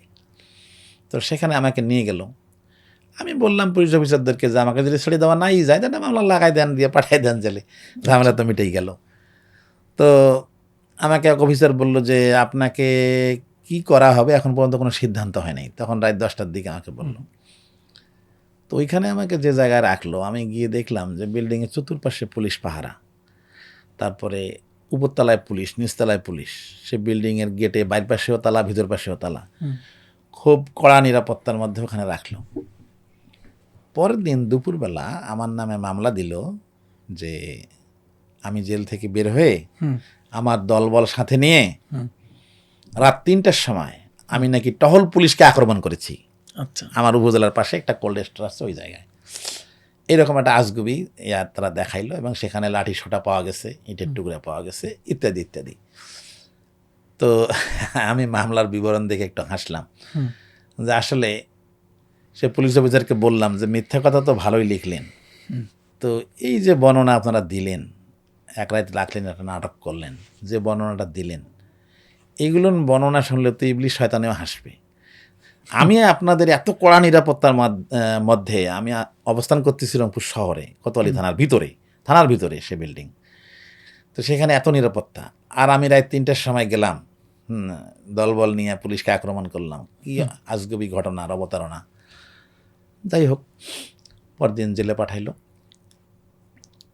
তারপরে 5 মাস থাকলাম আরও। আচ্ছা। থাকার পরে জামিনে বের হলাম। বের হয়ে জানতে পারলাম যে আমাদেরকে চেয়ারম্যানের পদ থেকে বরখাস্ত করা হয়েছে, 3জনকেই আচ্ছা। সাময়িক বরখাস্ত। আর কোন কোন উপজেলা? না, আমাদের ওই আমরা যে ও আচ্ছা, chairman, vice chairman, chairman, vice মহিলা চেয়ারম্যান, ভাইস চেয়ারম্যান, ভাইস 3জন, আচ্ছা। এই 3জনকেই করা হয়েছে। আর আসলে তো আমরা ওই যে ফার্স্ট মিটিংটা করতে পারিনি। ফার্স্ট মিটিং না করলে পরে দায়িত্ব তাদের দায়িত্ব পালনটা শুরু হয় না, হুম, এবং ফার্স্ট মিটিংয়ে আবার শর্ত হলো যে চেয়ারম্যানকে থাকতেই হবে।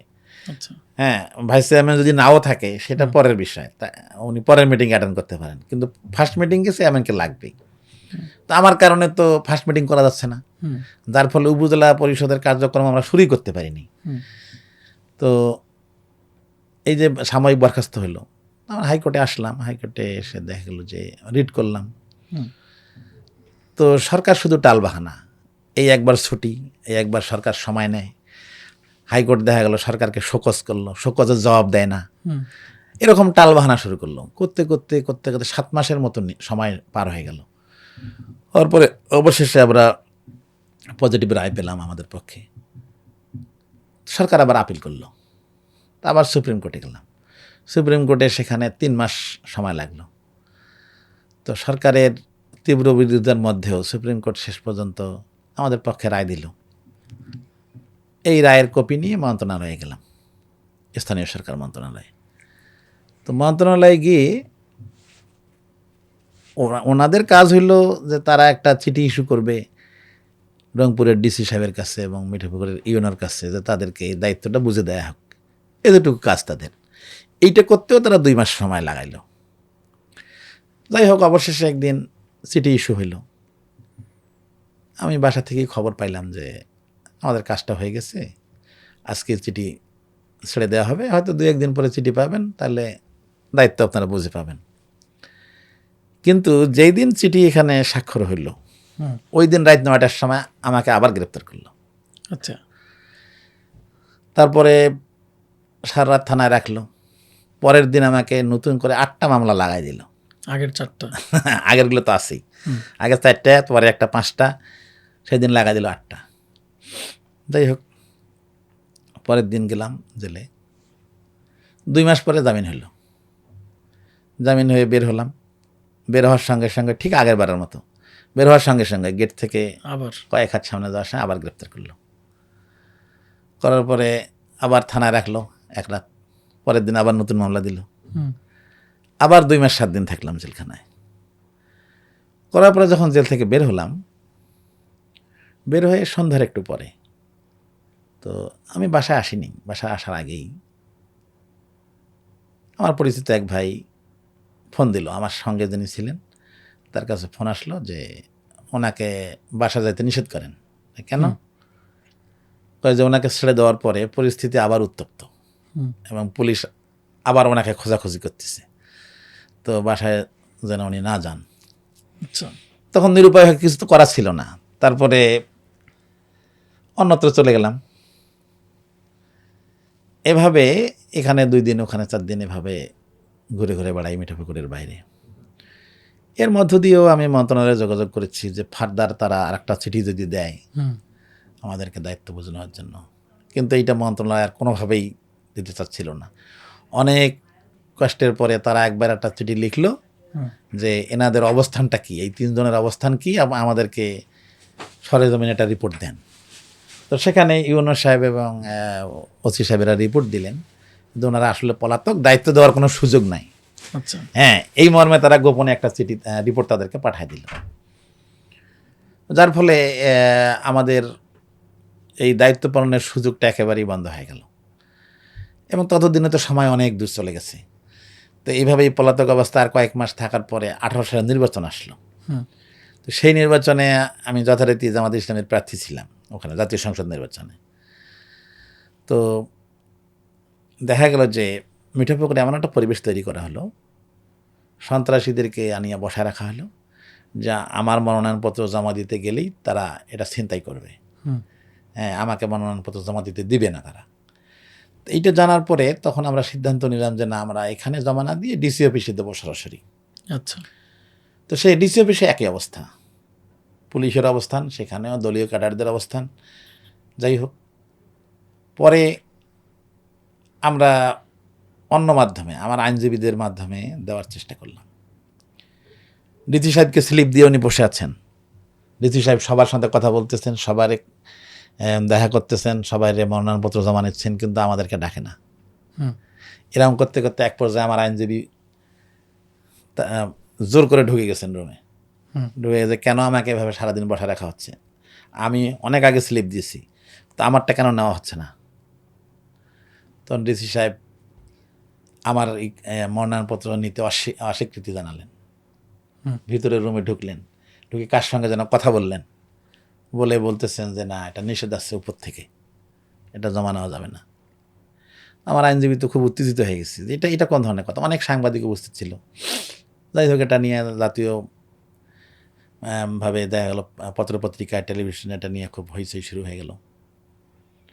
এটার বিরুদ্ধে আমরা আসলাম ঢাকায়। এসে দেখলাম যে নির্বাচন কমিশনে যোগাযোগ করে দেখলাম যে আসলে ওখানে ভালো কোনো ফল পাওয়ার সুযোগ নাই। হুম। আমরা ঢাকা থেকে একটা আইনজীবীদের একটা গ্রুপ পাঠিয়ে দিলাম, তো সেখানে ভালো সুযোগ নাই। ওনারা পরামর্শ দিলেন যে এভাবে হবে না, আপনি রিট করেন সরাসরি। হুম। তো হাইকোর্টে রিট করা হলো। তো রিট করার পরে দেখা গেল যে ওই নির্বাচনের যাবতীয় মামলা ওইটা একটা বেঞ্চে হচ্ছিল তখন হাইকোর্টে। তো ওই বেঞ্চের যিনি দায়িত্বে, উনি কিছুই দেখেন না ঠিক মতো, মামলাটা শোনেনই না মনোযোগ দিয়ে ওই বিচারপতি, আচ্ছা। শুধু নট, ওনার কথা কাজে- বললেই নট, ওনার কাজই হলো শুধু নট করে দেয়া। তো যাই হোক, এটা নিতে প্রথমে অস্বীকৃতি জানাইল। আমরা পরে সুপ্রিম কোর্টে গেলাম। সুপ্রিম কোর্ট একেবারে অনেক আইনজীবী দাঁড়ায় গেল এবং এটা নিয়ে তুমুল বাকবিতণ্ডা হলো। সেই সময় অ্যাটর্নি জেনারেল ছিলেন অ্যাডভোকেট মাহবুব আলম। উনি খুব জোরালো প্রতিদ্বন্দ্বী কী বলে এটাকে প্রতিবাদ জানাইলেন, এটা নেওয়া কোনোভাবেই ওটা নিতে দেবেন না, এরকম একটা অবস্থা তৈরি হলো। শুনানি শেষে এক পর্যায়ে বিচারপতিরা উঠে ভেতরে চলে গেলেন। তো আমার আইনজীবীর অনেকটা হতাশ, যে মনে হয় কাজ হচ্ছে না। আচ্ছা। তো যাই হোক, ওনারা অনেকক্ষণ বিরতির পরে উঠে এসে একটা পজিটিভ রায় দিলেন। ওনারা লিখলেন যে 24 ঘন্টার মধ্যে জমা নিতে হবে, একটা অর্ডার দিয়ে দিলেন। হুম।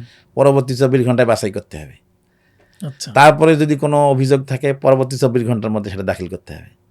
তারপরে 24 ঘন্টা নিষ্পত্তি করতে হবে। এভাবে 96 ঘন্টার একটা সময় বেঁধে দিলেন। আচ্ছা। তো দ্রুত এই রায় পাওয়ার পরে আমরা পরের দিন সকালেই মনোনয়নপত্র জমা দিলাম। তখন তো ডিসি সাহেব নিতে বাধ্য। হুম। জমা নিলেন যথারীতি। পরের দিন সকালবেলা আবার বাতিল করে দিলেন। কেন বাতিল? আমার আইনজীবী চ্যালেঞ্জ করলো যে কী কারণে বাতিল করলেন, আপনি লিখিত দেন। হুম। আপনি লিখে দেন যে আমি এই কারণে বাতিল করলাম। উনি লিখিত দেবেন না। আচ্ছা। তো এটা নিয়ে অনেক বাগবিতণ্ডা হলো, সাংবাদিকদের সাথে অনেক উত্তপ্ত কথা বিনিময় হলো, অনেক কিছু। এটা নিয়ে তুমুল হইচই। সারাদিন বসা রাখলো, এই দিচ্ছি দেব করে সারাদিন বসা রাখার পরে রাত 8টার দিকে উনি বলতেছেন যে এনার আরও মামলা আছে, ইনি হলফনামায় সব মামলা দেখান নাই। আচ্ছা। তখন পর্যন্ত আমার মামলা ছিল 15টা। আমরা কিন্তু 15টাই সেখানে উল্লেখ করেছি। তো ডিসি মহোদয় বলতেছেন যে না, ওনার মামলা আরও একটা আছে, এটা তথ্য গোপন করেছেন উনি। তো আমার আইনজীবী চ্যালেঞ্জ করলেন যে ওনার যেগুলি মামলা আছে, আমি তার আইনজীবী, সব মামলা আমার মুখস্থ আছে। হুম। আমি মুখে বলতেছি, আপনি মিলান, আমি সমস্ত মামলার নাম্বার বলে দেব। হ্যাঁ, আপনি মুখস্থ বলবেন?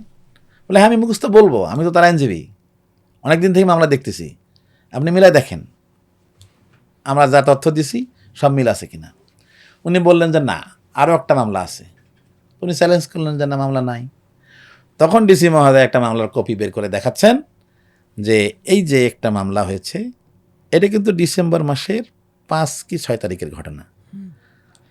তো ওইখানে ব্যাকডেট দিয়ে একটা মামলা বসানো হয়েছে 1 ডিসেম্বর, মানে নতুন করে একটা পেন্ডিং মামলায় আমার নামটা জড়াই দিয়ে একটা চার্জশিট দেওয়া হয়েছে নতুন করে। মানে ওই মামলায় আমি এজাহারভুক্ত আসামি ছিলাম না, আচ্ছা। কিন্তু ওই তারা চার্জশিট দেওয়ার সময়, ফাইনাল রিপোর্ট দেওয়ার সময় ইচ্ছা করলে কাউকে বাদ দিতে পারে, ইচ্ছা করলে কাউকে ঢুকাইতে পারে, এটা তো পুলিশ করে। তো সেইখানে আমার নামটা ঢুকাই দিছে, তো ব্যাকডেট দিয়ে দিছে। তখন আইনজীবী তো আবার বললেন যে আপনারা তো এটা একটা সাজানো বানাইলেন এবং বানাইতে গিয়েও ভুল করলেন। কারণ আমরা 28 তারিখে আমাদের 28শে নভেম্বর মনোনয়নপত্র দাখিলের লাস্ট ডেট ছিল। তার আগে আমরা কাগজপত্র রেডি করছি, হলফনামা রেডি করছি, এবং 28 তারিখ পর্যন্ত তার 15টা মামলাই ছিল। আপনি 1 ডিসেম্বরে আরেকটা মামলা দিয়ে ব্যাকডেট দিয়ে আজকে দিলেন, আজকে তো 6 তারিখ, তা আপনি পরে তো মামলা হইতেই পারে, সেটা আমরা জানবো কোত্থেকে? আমার ওই দিন পর্যন্ত 15টাই ছিল, হওয়ার সুযোগ নেই। যাই হোক, উনি তো কোনোভাবেই মানতে রাজি না। তারপরে ওইটা নিয়ে আমরা হাইকোর্টে আসলাম, ওই সেই বেঞ্চ যথারীতি নোট করে দিল। তারপরে আবার আপিল বিভাগে গেলাম। তারা যখন আইনি কুলিতে পারতেছে না, তখন সরকার একটা ভিন্ন পথ অবলম্বন করলো। আমার মতো এরকম গোটা বাংলাদেশে 9 জন ছিলাম আমরা, যারা উপজেলা চেয়ারম্যান থেকে সংসদ নির্বাচনে অংশগ্রহণ করতেছি, এরকম ছিলাম 9 জন। বিএনপিরও ছিল, জামাতেরও ছিল। এই 9 জনের বিরুদ্ধে সরকার একটা সম্মিলিত রিট দাখিল করলো।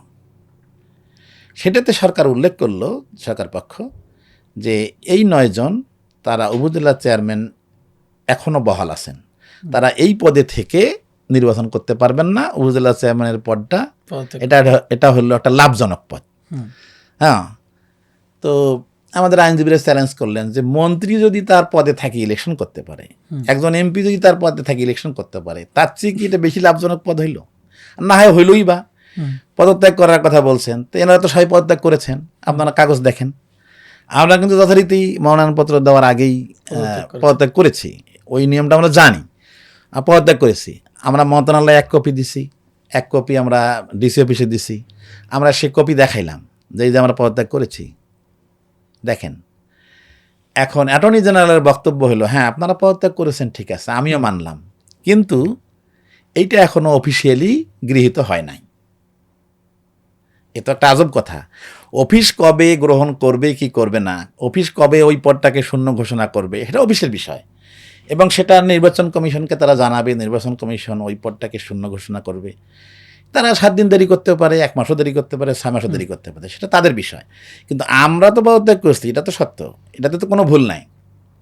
আচ্ছা, কিন্তু এই যুক্তিতে তারা বলল যে না, এটা এখনও গৃহীত হয় নাই, এই পদ শূন্য হয় নাই, সুতরাং ওনারা এখনও উপজেলা চেয়ারম্যান আছেন, এই 9 জনের কেউ নির্বাচন করতে পারবে না। এবং আমরা আশ্চর্য হয়ে গেলাম, সত্যি সত্যি সুপ্রিম কোর্ট সেই রায় দিয়ে দিল এবং এই 9 জনের কাউকে আর নির্বাচন করতে দিল না, করতে পারলাম না। এই হলো আমাদের দেশের বিচার ব্যবস্থা। তা আমি এই ঘটনা শোনার পরে পরের দিন আমি মন্ত্রণালয়ে ঢুকলাম যে সত্যি ঘটনাটা কি আমি দেখি। মন্ত্রণালয়ে ঢুকে ওখানে সেকশন অফিসার যা আছে তার কাছে বিষয়টা জানলাম। এই কয়েক মাসে তো মেলাবার যাওয়া হয়েছে সেখানে। তো ওখানে জনৈক অফিসার আমাকে বললেন যে ভাই দেখেন, আপনি কিছু মনে করিয়েন না, আপনারা এই 9 জন কেউ নির্বাচন করতে পারবেন না, যত চেষ্টাই কর। যত চেষ্টাই করেন। আমি তাকে জিজ্ঞেস করলাম কেন? উনি ভয়ে ভয়ে বলতেছেন, দেখেন আপনারা যে পদত্যাগ করছেন এটা আমিও জানি, আপনার কাগজ আমি দেখছি, সব ঠিক আছে। তো আপনাদের এই কাগজপত্র, এই 9 জনের 9টা ফাইল, এইটা সচিব মহোদয় তার ব্যক্তিগত আলমারিতে তালা দিয়ে রাখছেন এবং উনি 15 দিন ধরে অফিসে আসেন না। আচ্ছা, আমি তখন চিন্তা করলাম যে এই আমাদের দেশ, একটা দল, একটা সরকার এত নিচে নামতে পারে। আমি আশ্চর্য হয়ে গেলাম যে তারা আমাদের কাগজপত্র লুকায় রাখিয়া আমাদেরকে বলতেছে আমরা পদত্যাগ করি নাই। একটা সরকার যদি আসলে কোনো একটা নাগরিকের বিপক্ষে ভাবে চলে যায়, সেইখানে একটা সাধারণ নাগরিকের আসলে কিছু করার থাকে না। এবং আমার কাছে এটা মনে হয়েছে যে সম্পূর্ণ বিষয়গুলো সরকার একেবারে পরিকল্পিতভাবে পুরা প্রশাসন যন্ত্রকে ব্যবহার করে অত্যন্ত পরিকল্পিতভাবে এই কাজগুলো করেছে। কারণ এটার সঙ্গে দেখা যাচ্ছে মন্ত্রণালয় জড়িত, এটার সঙ্গে হাইকোর্ট সুপ্রিম কোর্ট জড়িত। তো সেখানে আসলে আমাদের তো আসলে করার কিছু থাকে না। এভাবে সত্যি সত্যি আমাদের এই 9 জনকে আর করতে দিল না, তারা 9টা আসন এমনিতেই নিয়ে নিল।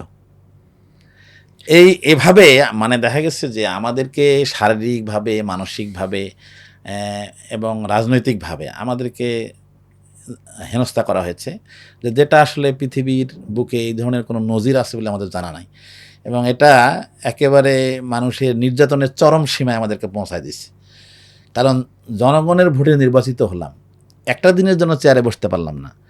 এবং বাংলাদেশে ব্যতিক্রম আমার উপজেলা, অন্যান্য উপজেলা চেয়ারম্যানরা কিন্তু 2 দিনের জন্য হলেও বসেছেন, বুঝতে পেরেছে। হয়তো গ্রেপ্তার হয়েছেন, জামিন নিয়েছেন, আবার এসেছেন, আবার দায়িত্ব পালন করেছেন, আবার গ্রেপ্তার হয়েছেন। এরকম ঘটনা ঘটেছে। আমার পার্শ্ববর্তী জেলা গাইবান্ধায়, সেখানে 3 জন উপজেলা চেয়ারম্যান ছিল আমাদের দলের, তারা কিন্তু রীতিমতো দায়িত্ব পালন করেছেন, আবার গ্রেপ্তার হয়েছেন, আবার 2 মাস থাকছেন, আবার আসছেন, এভাবে করেছেন। কিন্তু ব্যতিক্রম আমি, যে আমাকে একটা দিনের জন্য এই সুযোগটা দেওয়া হয়নি। তো এতে বাস্তবতাটা হলো যে শুধু আমার অধিকারটা তো নষ্ট হয় নাই। আমি মনে করি যে আমার নির্বাচনী এলাকার, আমার মিঠাপুকুর উপজেলার সমস্ত নাগরিকের অধিকারটা নষ্ট করা হয়েছে। এখন আমরা দেখলাম আপনার যে এই যে রাজনীতি করার অভিজ্ঞতা এবং পাশাপাশি উপজেলা চেয়ারম্যান হিসেবে নির্বাচিত হয়েও দায়িত্ব না পাওয়ার যে একটা অবস্থা, সেটা যেমন আপনার এলাকাকে বঞ্চিত করেছে। তো সেই জায়গায় এখন সাধারণ জনগণ আপনাকে ভোট দিয়েছে এবং প্রচুর পরিমাণ আপনি সাড়া পেয়েছেন। এখন আপনি সামনের যে নির্বাচন, এই সামনের নির্বাচনে জনগণের জন্য আসলে কি দিতে চাচ্ছেন, সেটা তো পুষিয়ে দিতে হবে আসলে। হ্যাঁ, এটা আসলে আমরা অধিকার হারা 2 জনেই। আমি ব্যক্তিগতভাবে যেমন অধিকার আমার নষ্ট হয়েছে, জনগণেরও হয়েছে। এই জন্য আমি মনে করি জনগণকে আমি এটা বলি যে আসলে এক্ষেত্রে আমার মনের মধ্যে যে ক্ষোভ আছে তার চেয়ে ক্ষোভ বেশি জমা আছে জনগণের মনে। তো আমারও যেমন চাওয়া পাওয়া আছে, জনগণেরও চাওয়া পাওয়া আছে, এটা তো বাস্তবতা। আমি তো নির্বাচিত হয়েও তাদের জন্য কিছু করতে পারি নাই, আর তারা ভোট দিয়েও কিছু পান নাই, বাস্তবতা তো এটা। তো এই জন্য আমার বিশ্বাস যে আমি জনগণের সাথে যতটুকু মিশেছি, আমি এবারে নির্বাচনে ওয়ার্ক যতটুকু করতেছি, যত জায়গায় যাচ্ছি, জনগণের মধ্যে কিন্তু এই ঘটনার কারণে একটা প্রচণ্ড ক্ষোভ, একটা হতাশা, একটা দুঃখ, বেদনা কিন্তু আছে। সব মিলে একটা তীব্র ক্ষোভ কিন্তু তাদের মধ্যে আছে। এবং আমার বিশ্বাস যে জনগণ এই ক্ষোভের বহিঃপ্রকাশটা ঘটাবে আগামী নির্বাচনে, এবং তারা ব্যালটের মাধ্যমে এর জবাবটা দেবে। এটা আমার বিশ্বাস, এবং জনগণ স্বতঃস্ফূর্তভাবে সেই স্বীকৃতি কিন্তু দিচ্ছে মাঠে ময়দানে। এই জন্য আমি নির্বাচনে জয়ের ব্যাপারে আশাবাদী, এবং আমার নির্বাচনী এলাকায় আমি যদি নির্বাচিত হতে পারি, তাহলে আজকে নতুন বাংলাদেশ বিনির্মাণের জন্য যে প্রচেষ্টা চলছে গোটা দেশব্যাপী, এর অংশ হিসাবে আমার উপজেলাও তো এটার বাইরে নয়। আমরাও মিঠাপুকুরকে ওরকম একটা মিঠাপুকুর করতে চাই, একটা পরিবর্তন আমরাও চাই। গোটা দেশের যেমন পরিবর্তন চাই, আমাদের নিজ উপজেলারও এরকম পরিবর্তন আমরা চাই। এই জন্য আমি মিঠাপুকুরকে একটা দুর্নীতিমুক্ত, মাদকমুক্ত এবং চাঁদাবাজ মুক্ত একটা মিঠাপুকুর হিসেবে করতে চাই, এবং একটা বসবাসযোগ্য মিঠাপুকুর যেন হয়, যেখানে একটা পারস্পরিক সম্প্রীতির যে জায়গাটা আগেও ছিল সেটা আমরা চাই। আমরা অতীতে তো এরকম ছিল যে আমরা এক টেবিলে তো সব ধরনের রাজনৈতিক দলের নেতারা বসে চা খেয়েছি, এরকম পরিবেশ কি ছিল না? অবশ্যই ছিল। তো একটা উপজেলা তো ছোট্ট একটা জায়গা আছে, সেখানে এই পরিবেশটা সবাই কামনা করে, আমরা মনে করি যেটা আসলে হওয়া দরকার। আর মিঠাপুকুরের এই যে যেটা আমি শুরুতে বলছিলাম যে আসলে উত্তরাঞ্চলের কোনো জায়গায় সে কাঙ্ক্ষিত মানের উন্নতি কিন্তু হয় নাই, এবং আশ্চর্যের বিষয় হলো যে একটা দলের একজন এমপি টানা 15 বছর সেখানে তিনি এমপি ছিলেন, তিনি সরকারের একজন গুরুত্বপূর্ণ, তার দলের একটা গুরুত্বপূর্ণ পদে ছিলেন। শুধু তাই না, তিনি কিন্তু জনপ্রশাসন মন্ত্রণালয়ের সংসদীয় কমিটির সভাপতি ছিলেন। তার মানে গোটা প্রশাসন তার কবজায় ছিল, গোটা প্রশাসন তার হাতে। একজন মন্ত্রীর টেলিফোনে যা হয় না, ওনার টেলিফোনে কিন্তু তা হয়। উনি এত ক্ষমতা হোল্ড করতেন। তো সেই ব্যক্তি কিন্তু ইচ্ছা করলে এই 15 বছরে অনেক কিছু করতে পারতেন। এই 15 বছরে উনি এমপি, ওনার দলের লোক উপজেলা চেয়ারম্যান, ওনার দলের লোকেরা সব ইউনিয়নের চেয়ারম্যান, টানা এই 15টা বছর। অন্য কারো ওখানে ঢোকার কোনো সুযোগ ছিল না। তো তারা যদি সবাই পরিকল্পিতভাবে একটা উন্নয়ন করতেন, তাহলে অনেক উন্নয়ন তারা করতে পারতেন। কিন্তু আসলে এলাকাবাসী কিন্তু সেই কাঙ্ক্ষিত মানের উন্নয়ন তারা দেখতে পায় নাই। তিনি তার ক্ষমতাকে বরং বিরোধী দলকে দমন করার কাজেই ব্যবহার করেছেন। রাইট। এবং শেষের দিকে এমনও হয়েছে যে শেষের দিকে উনি অনেকটা হাল ছেড়ে দেওয়ার মতো অবস্থা। তার ছেলে, সে তখন ছায়া এমপি, মানে সবখানে তার ছেলেই সব কিছু ডিল করত, ওনার কোনো আসছিল না। তার ছেলের বক্তব্য ছিল এরকম যে ভবিষ্যতে রাজনীতি আমি করব, সুতরাং আমি আমার মতো করে করব। হ্যাঁ, এবং তার মতো করে সে বিভিন্ন ইউনিয়নে কমিটি সাজাইছে, উপজেলা কমিটি তার মতো করে করেছে সব কিছু। মানে তার বাবা এমপি হয়ে একটা নীরব দর্শকের ভূমিকা পালন করছেন, এবং তাদের বিদেশে বাড়ি আছে, বিদেশে যাতায়াত আছে, ব্যবসা বাণিজ্য আছে, বিদেশে দেখা যায় যে সার্বক্ষণিক যাতায়াত আছে। এবং করোনাকালীন সময়ে পুরা 1.5 বছর এমপি এলাকায় ছিলেন না, আমেরিকায় ছিলেন। তো এভাবে করে কিন্তু এলাকার মানুষ কিন্তু বারবার বঞ্চিত হয়েছে। তো সেই বঞ্চিত মানুষগুলোকে নিয়ে ভাবনা তো অবশ্যই আছে। এখন স্বাভাবিকভাবেই প্রত্যেকটা দলের আরো দল আছে, তারা তো নির্বাচন করবে। প্রত্যেক দলের মানে এমপিরাই কিন্তু এটা বলছে যে তারা দুর্নীতি মুক্ত একটা সমাজ করবে, তারা একটা মানে জনগণের উন্নয়নের জন্য কাজ করবে। কিন্তু আপনাকে কেন বিশ্বাস করবে আসলে তারা? কেন মনে হয় যে আপনি দুর্নীতিমুক্ত সমাজ গড়তে পারবেন? এটা কেন কনফিডেন্স জনগণের থাকবে আপনি মনে করেন? হ্যাঁ, না, এটা সুন্দর প্রশ্ন। বিষয়টা হলো যে আমরা স্বাধীনতার পরে আমরা যদি ধরি 54 বছরে জামাত ইসলামী তো ক্ষমতায় ছিল না কখনো, ক্ষমতায় তো ঘুরে ফিরে ওই সমস্ত দলই ছিল। তো আমরা এই 54 বছরে শুধু মিঠাপুকুর নয়, আমরা গোটা বাংলাদেশে যা দেখেছি, দেশের জনগণ যা দেখেছে, তো এই 54 বছরে যারা এমপি হয়েছেন, উপজেলা চেয়ারম্যান হয়েছেন, ইউনিয়ন পরিষদের চেয়ারম্যান হয়েছেন, আমরা তাদেরকে তো দেখেছি, জনগণ তো দেখেছে। তো বেশিরভাগ নেতাই তো দুর্নীতিবাজ, এবং বেশিরভাগ নেতাই এলাকার উন্নয়ন বাদ দিয়ে তারা তাদের নিজের উন্নয়ন করেছেন, এবং বেশিরভাগ নেতাই বিদেশে বাড়ি করেছেন। বিদেশে না পারলেও অন্তত ঢাকায় একাধিক ফ্ল্যাট, একাধিক বাড়িঘর, জায়গা জমি তারা কিনেছেন, এটা তো করেছেন। তো জনগণ তো এটা দেখেছে, এবং একজন এমপি হিসেবে এলাকার উন্নয়নের চেয়ে তারা ওই বিরোধীদেরকে দমনের কাজে বেশি ব্যস্ত ছিলেন, তাদেরকে মামলা হামলা দিয়ে ব্যস্ত রাখায় বেশি ব্যস্ত ছিলেন। শুধু তাই না, দেখা গেছে যে তারা তাদের নামে, তাদের আত্মীয় স্বজনের নামে বিভিন্নভাবে তারা দুর্নীতি করেছেন, কোটি কোটি টাকা ব্যাংক থেকে লোন নিয়েছেন, যেগুলি পরিশোধ করেননি। এগুলো তো মানুষের কাছে এখন স্পষ্ট। শুধু তাই না, তারা দেখা গেছে যে এমপি হয়েও অনেক এমপি বাংলাদেশের মাদকের ব্যবসার সাথে জড়িত, এরকম কাজ তারা করেছেন এবং এলাকার বিভিন্ন ধরনের অপকর্মে তারা জড়িত, তাদের প্রত্যক্ষ বা পরোক্ষ মদত ছিল। তো এই ধরনের ঘটনা তো বাংলাদেশের মানুষের কাছে এখন সবার কাছে জানা, সব স্পষ্ট বিষয়।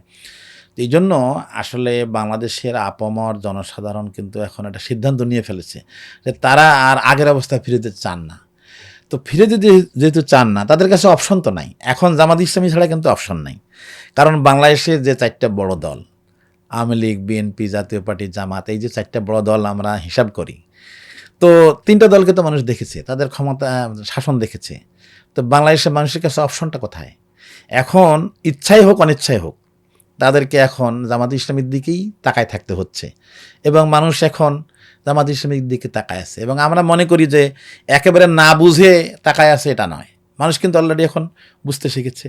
গ্রামে গঞ্জে একজন সাধারণ মানুষের সঙ্গে কথা বললেও দেখা যায় যে তারা এখন স্পষ্ট করে বলে, তারা এখন রাজনীতি বোঝে, চর্চা করে এবং মাঠে হাটে ঘাটে যেখানেই 2-4 জন একত্রে হয়, সেটা বাসে, ট্রেনে, লঞ্চে হোক, বাজারে হোক, মাঠে কাজ করতে হোক, রিক্সায় উঠলে হোক, দেখা যায় সবাই মুখে একই গল্প, যে তারা কিন্তু বলতেছে সব দল দেখা শেষ, এখন আগামীতে ইসলামের বাংলাদেশ। তো এখন মানুষ ইসলাম চায়, ইসলাম পছন্দ করে, ইসলামই তাদের শেষ আশ্রয়, শেষ ঠিকানা। এটা যদি হয় এবং বাংলাদেশের মানুষ এটাও জানে যে বাংলাদেশের যে সমস্ত ইসলামী দল আছে তার মধ্যে জামাত ইসলামী প্রতিনিধিত্ব করে এবং জামাত ইসলামী বেশিরভাগ মানুষের প্রতিনিধিত্ব করে এবং জামাত ইসলামী এটা প্রতিষ্ঠিত রাজনৈতিক দল। এবং এই 54 বছরে জামাতের কোনো নেতার নামে বাংলাদেশের কোনো থানায় কোনো ধর্ষণের মামলা নাই, কোনো নারী নির্যাতনের মামলা নাই, জায়গা জমি দখল করার কোনো মামলা নাই, কোনো লুটপাটের মামলা নাই। এই ধরনের কোনো মামলা জামাতের কোনো নেতার বিরুদ্ধে এখন পর্যন্ত দেখাতে পারবে না কেউ। এই দিক থেকে শুধু আমি কেন, এই দিক থেকে বাংলাদেশের আজকে জামাত ইসলামী যাদেরকে মনোনয়ন দিয়েছে, যদি খেয়াল করে দেখেন তো দেখবেন যে জামাত ইসলামীতে সবচেয়ে উচ্চশিক্ষিত এবং সবচেয়ে মানের জনশক্তিকে কিন্তু তারা মনোনয়ন দিয়েছেন। এই জামাত ইসলামী যে যারা মনোনয়ন পেয়েছেন অনেকে ডক্টরেট ডিগ্রিধারী আছেন, অধ্যাপক আছেন, বড় বড় আলেম ওলামা আছেন, মুফাসসির আছেন, তারপরে ডাক্তার আছেন, ইঞ্জিনিয়ার আছেন, সাধারণ রাজনীতিবিদ আছেন। তো উচ্চশিক্ষিত লোকজনই আছেন এবং সবাই কিন্তু এলাকায় ক্লিন ইমেজের লোক। খোঁজ নিলে দেখা যাবে যে প্রতিটি এলাকায় প্রত্যেকেই তারা কিন্তু ক্লিন ইমেজের লোক, তাদের নামে এলাকায় কোনো মামলা নাই, কাউকে হয়রানি করার ব্যাপারে কোনো নেই, তাদের বিরুদ্ধে কোনো সামান্যতম কোনো অভিযোগ নাই। তো এই দিক থেকে আমরা সাংগঠনিকভাবে জামাত ইসলামের যারা প্রার্থী আছি, আমরা কিন্তু জনগণের এই সেন্টিমেন্টটা যে এখন কাজ করতেছি ইসলামের পক্ষে, এটা যেমন একদিকে ইসলামের পক্ষে, তারা ফার্স্ট চয়েস হলো জামাত ইসলামী এবং লাস্ট চয়েসও জামাত ইসলামী এবং তাদের যাওয়ার বিকল্প নাই। এবং তাদের সামনে যে প্রার্থীকে আমাদের সংগঠন দাঁড় করিয়েছে তাদের ব্যাপারেও তাদের কোনো কথা নাই।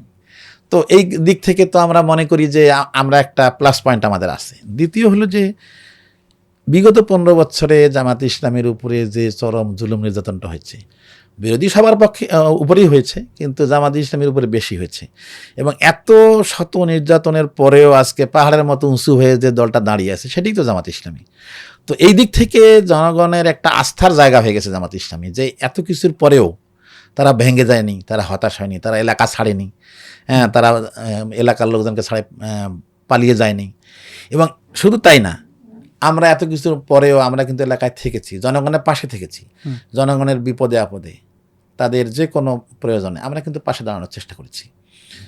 ঘূর্ণিঝড় বলেন, বন্যা বলেন, অগ্নিকাণ্ড বলেন, সড়ক দুর্ঘটনা বলেন, যত ধরনের ঘটনা, বিপদে আপদে, অসুস্থতায় আমরা কিন্তু পাশে দাঁড়িয়েছি, তাদেরকে সাধ্যমতো সহযোগিতা করেছি, পরামর্শ দিয়েছি। এগুলো আমাদের অব্যাহত আছে এবং এটা আমরা বছরের পর বছর ধরে করে আসতেছি।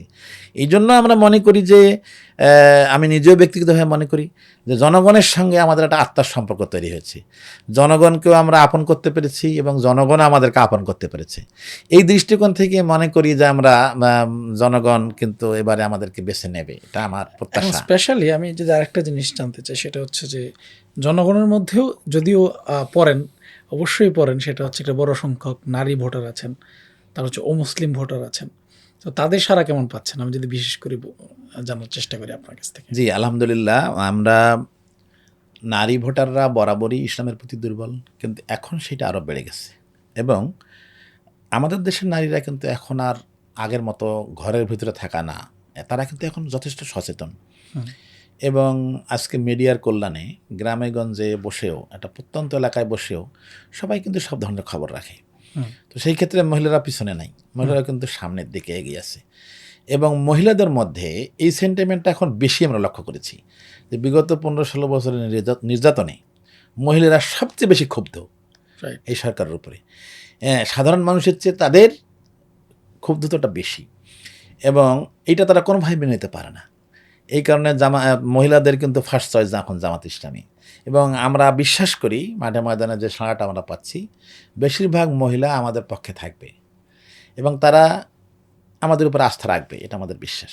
আর অমুসলিম অনুরূপভাবে অমুসলিমরাও আমরা দেখেছি যে তারা তো আসলে তারাও বিভিন্ন দলের শাসন দেখেছে, বিভিন্ন দলের নেতাদের সাথে মিশেছে। বিশেষ করে আওয়ামী লীগ এত লম্বা সময় আমাদের দেশ শাসন করলো, তো আওয়ামী লীগের সাথে সবচেয়ে ঘনিষ্ঠ সম্পর্ক ছিল অমুসলিমদের। তাদেরকে তারা ব্যবহার করেছে, তাদের ভোট নিয়েছে। কিন্তু বাস্তবতাটা হলো যে প্রতিটি এলাকায় যদি গভীরভাবে পর্যবেক্ষণ করা হয়, খোঁজ নেওয়া হয়, তাদের দ্বারাই তারা আবার বেশি নির্যাতিত হয়েছে। এবং বাংলাদেশে যত অমুসলিমদের সম্পত্তি দখল হয়েছে, ব্যবসা প্রতিষ্ঠান দখল হয়েছে বা অন্য কোনো কিছু দখল হয়েছে, সব কিন্তু তাদের দ্বারা হয়েছে। এবং এটা বাস্তবতা যে বাংলাদেশে অমুসলিমদের উপরে নির্যাতন হয়েছে বা জায়গা জমি দখল হয়েছে বা তাদের মন্দিরে হামলা হয়েছে বা কিছু হয়েছে, এই ধরনের কোনো মামলা জামাতের কোনো নেতা বা কর্মীর বিরুদ্ধেও নাই। নেতা দূরের কথা, কর্মীর বিরুদ্ধেও নাই, এটা আমরা হলফ করে বলতে পারি। এই দিক থেকে তাদের কাছে কিন্তু আমাদের লোকজন একটা ফ্রেশ লোক, তো এই জন্য তাদের কাছেও কোনো অপশন নাই আমরা ছাড়া। এবং আমরা যতটুকু মাঠে ময়দানে গেছি তাদের স্বতঃস্ফূর্ত সাড়া পাচ্ছি বিগত দিনের তুলনায়। এবং বিশেষ করে সরকার পতনের পরে গতবারে যে পূজা উদযাপিত হয়েছে এবং এই বছর যে পূজা উদযাপিত হয়েছে, এই দুইটা পূজায় আমরা লক্ষ্য করেছি গতবার কিন্তু অমুসলিম ভাইরাও আতঙ্কে ছিলেন, প্রশাসনও আতঙ্কে ছিলেন যে এই পরিবর্তিত প্রেক্ষাপটে পূজার অবস্থা কি হয়, কোথায় কি ভাঙচুর হয় কি না। দেখা গেছে যে প্রশাসন দফায় দফায় আমাদের সঙ্গে মিটিং করেছেন। আমরা প্রশাসনকে আশ্বস্ত করেছি যে আপনারা আপনাদের পুলিশ আনসার বাহিনীকে ঠিক রাখেন, আমরা প্রয়োজনে আমাদের নেতাকর্মীরা হিন্দুদের বাড়িঘর পাহারা দেবে, মন্দির পাহারা দেবে, ব্যবসা প্রতিষ্ঠান পাহারা দেবে, যা দরকার করবে, তবু আমরা বিশৃঙ্খলা করতে দেব না। এটা কিন্তু আমরা করেছি, আমরা সাধ্যমতো চেষ্টা করেছি, আমাদের নেতাকর্মীরা সেটা করেছে গত বছর। এই কারণে হিন্দু ভাইদের কিন্তু আস্থাটা আরও বেড়েছে। এবং এবছরে আমরা বিভিন্ন পূজা মণ্ডপে গেছি বা তাদের সঙ্গে ব্যক্তিগতভাবে খোঁজখবর নিয়েছি, তো তারা সবাই আমাদেরকে এক বাক্যে বলেছে যে আমরা বিগত দিনের তুলনায় গত বছর এবং এই বছর সবচেয়ে বেশি আনন্দের সাথে পূজা উদযাপন করেছি। এবং এটা বাস্তবতা, আমরা নিজেও দেখেছি। এবং আমারও বুঝলে আমি দেখেছি যে গত বছর পূজা মণ্ডপের সংখ্যা ছিল 122টা, এবার হচ্ছে 140টা। তো তারা যদি উপযুক্ত পরিবেশ না পাইতো তাহলে তো সংখ্যা বাড়তো না। তাহলে এটা প্রমাণ করে যে তারা জামাত ইসলামের উপরে আস্থা রাখতে পারছে এবং তাদের ভরসার জায়গা, আস্থার জায়গা কিন্তু এখন জামাত ইসলামী। এবং অনেকের কাছে ব্যক্তিগতভাবে জিজ্ঞেস করলে এটা পাওয়া যাবে, তারা এখন জামাত ইসলামের উপর আস্থা রাখতে চায়। এবার নির্বাচনে আরেকটা বিষয় নতুন যুক্ত হয়েছে যেটা আমরা আগে বিগত সময় দেখি নাই, সেটা হচ্ছে যে যারা প্রবাসী ভোটার আছেন তারা কিন্তু এবার ভোট দিতে পারবে এবং তারা রেজিস্ট্রেশন করছে। তো সে জায়গায় আপনি আপনার আসনের যারা বিদেশে আছে, নিশ্চয়ই অনেকেই আছেন, তো তাদের প্রতি আপনার কি আহ্বান থাকবে? হ্যাঁ, আহ্বান তো অবশ্যই আছে, তারা যোগাযোগ রাখেন আমাদের সাথে অনেকেই। এই যে বিদেশিরা যে ভোট দিতে পারবে এই সুযোগটাই তো বাংলাদেশে ছিল না, এবং এটা কিন্তু জামাত ইসলামেরই অন্যতম দাবি ছিল। জামাত ইসলামী কিন্তু বলতে গেলে যে সরকারকে চাপ সৃষ্টি করে জোর করে এই দাবিটা আদায় করতে পেরেছে, আলহামদুলিল্লাহ। এবং এটার কারণে কিন্তু সমস্ত প্রবাসীরা জামাত ইসলামের উপরে সন্তুষ্ট। তারা বছরের পর বছর সেখানে থাকে কষ্ট করে, তো তাদের এটা মনের একটা কামনা বাসনা ছিল যে তারা বাংলাদেশের নির্বাচনে ভূমিকা রাখতে চায়। তারা দেশের জন্য এত রেমিটেন্স পাঠায়, এত কিছু করে, তারা তো একটা ভোট দেওয়ার অধিকার রাখে। কিন্তু আমরা বিপরীতে কি দেখছি, বিএনপির জনৈক নেত্রী বলছে যে তারা কেন ভোট দেবে, তাদেরকে বাবা জমি বিক্রি করে বিদেশে পাঠাইছে টাকা ইনকামের জন্য, তারা কেন ভোট দেবে। তা আসলে এগুলো তো মানুষ সবাই দেখে, সবাই বোঝে। তো তাদের এই মনের দাবিটা যে পূরণ হয়েছে জামাত ইসলামের দ্বারা, এই জন্য জামাত ইসলামের প্রতি তারা দুর্বল। তাদের সঙ্গে আমরা সাংগঠনিকভাবে হোক, ব্যক্তিগতভাবে হোক, আমরা যোগাযোগ রাখছি, তাদের সঙ্গে চেষ্টা করছি কোঅপারেশন করার। এবং আমাদের একটা আত্মবিশ্বাস তৈরি হয়েছে যে তারা বেশিরভাগই জামাত ইসলামীকে সমর্থন করবে ইনশাআল্লাহ। ইনশাআল্লাহ। তো আপনার সাথে আপনার এলাকা নিয়ে অনেক বেশি কথা বললাম এবং জাতীয় রাজনীতি নিয়ে অনেকগুলো কথা হয়েছে। আমাদের ইনোভা টক্সের এই গুরুত্বপূর্ণ একটি আয়োজন জনতার ইশতেহারে আপনি এসেছেন, আপনাকে অসংখ্য ধন্যবাদ। ধন্যবাদ আপনাকে অসংখ্য। না, ভালো লাগলো যে আমি মন খুলে আমার কথাগুলো বলতে পারলাম, যে এরকম একটি আয়োজন আসলে সব সময় তো আমরা সব কথা বলতে পারি না এবং সেভাবে সুযোগ হয়ে ওঠে না। একটা মঞ্চে বক্তৃতা দিয়ে সেখানে 5-10 মিনিট, আধা ঘন্টা, 1 ঘন্টা কথা বলে সব কথা তো আমাদের পক্ষে বলা সম্ভব হয় না। ঠিক। আজকে এরকম একটা পরিবেশ পেয়ে একটু মনটা উজ্জ্বল করে কথা বলতে পারলাম, ভিতরের চাপা কথাগুলো বলার সুযোগ হয়েছে। এজন্য সবাইকে ধন্যবাদ, দর্শকদেরকেও ধন্যবাদ। সম্মানিত দর্শক, এতক্ষণ আপনারা শুনছিলেন রংপুরের যে মিঠাপুকুর উপজেলা আছে সেটির সাবেক চেয়ারম্যান এবং বাংলাদেশ জামাতে ইসলামী মনোনীত সেই আসনটির সংসদ সদস্য পদপ্রার্থী জনাব অধ্যাপক গোলাম রব্বানী স্যারের কথাগুলো, তার যেই ইশতেহার সেটা আমরা শুনতে পেরেছি। আশা করছি তিনি জনগণের আস্থা নিয়ে সামনের দিনে জনগণের জন্য অনেক বেশি ভালো কিছু করতে পারবেন। আমাদের আজকের আলোচনা যারা শুনেছেন সবাইকে ধন্যবাদ জানাচ্ছি। পাশাপাশি আপনাদের যদি কোনো পরামর্শ থাকে সেটা আমাদেরকে জানাবেন। আমরা ইনশাআল্লাহ চেষ্টা করব আপনাদের পরামর্শের আলোকে আমাদের প্রোগ্রামগুলোকে আরও সুন্দর করার জন্য। আর জনতার ইশতেহার প্রোগ্রামে যদি আপনারা কেউ আসতে চান তাহলে আমাদের অফিসিয়ালি যোগাযোগ করবেন। ইনশাআল্লাহ আশা করব আপনাদেরকে আমরা সেই স্লটটি দেওয়ার চেষ্টা করব। আর আমরা স্যারকে আবারও ধন্যবাদ জানিয়ে আজকের প্রোগ্রাম এখানে শেষ করছি। আসসালামু আলাইকুম রহমতুল্লাহি ওয়া বারাকাতুহু।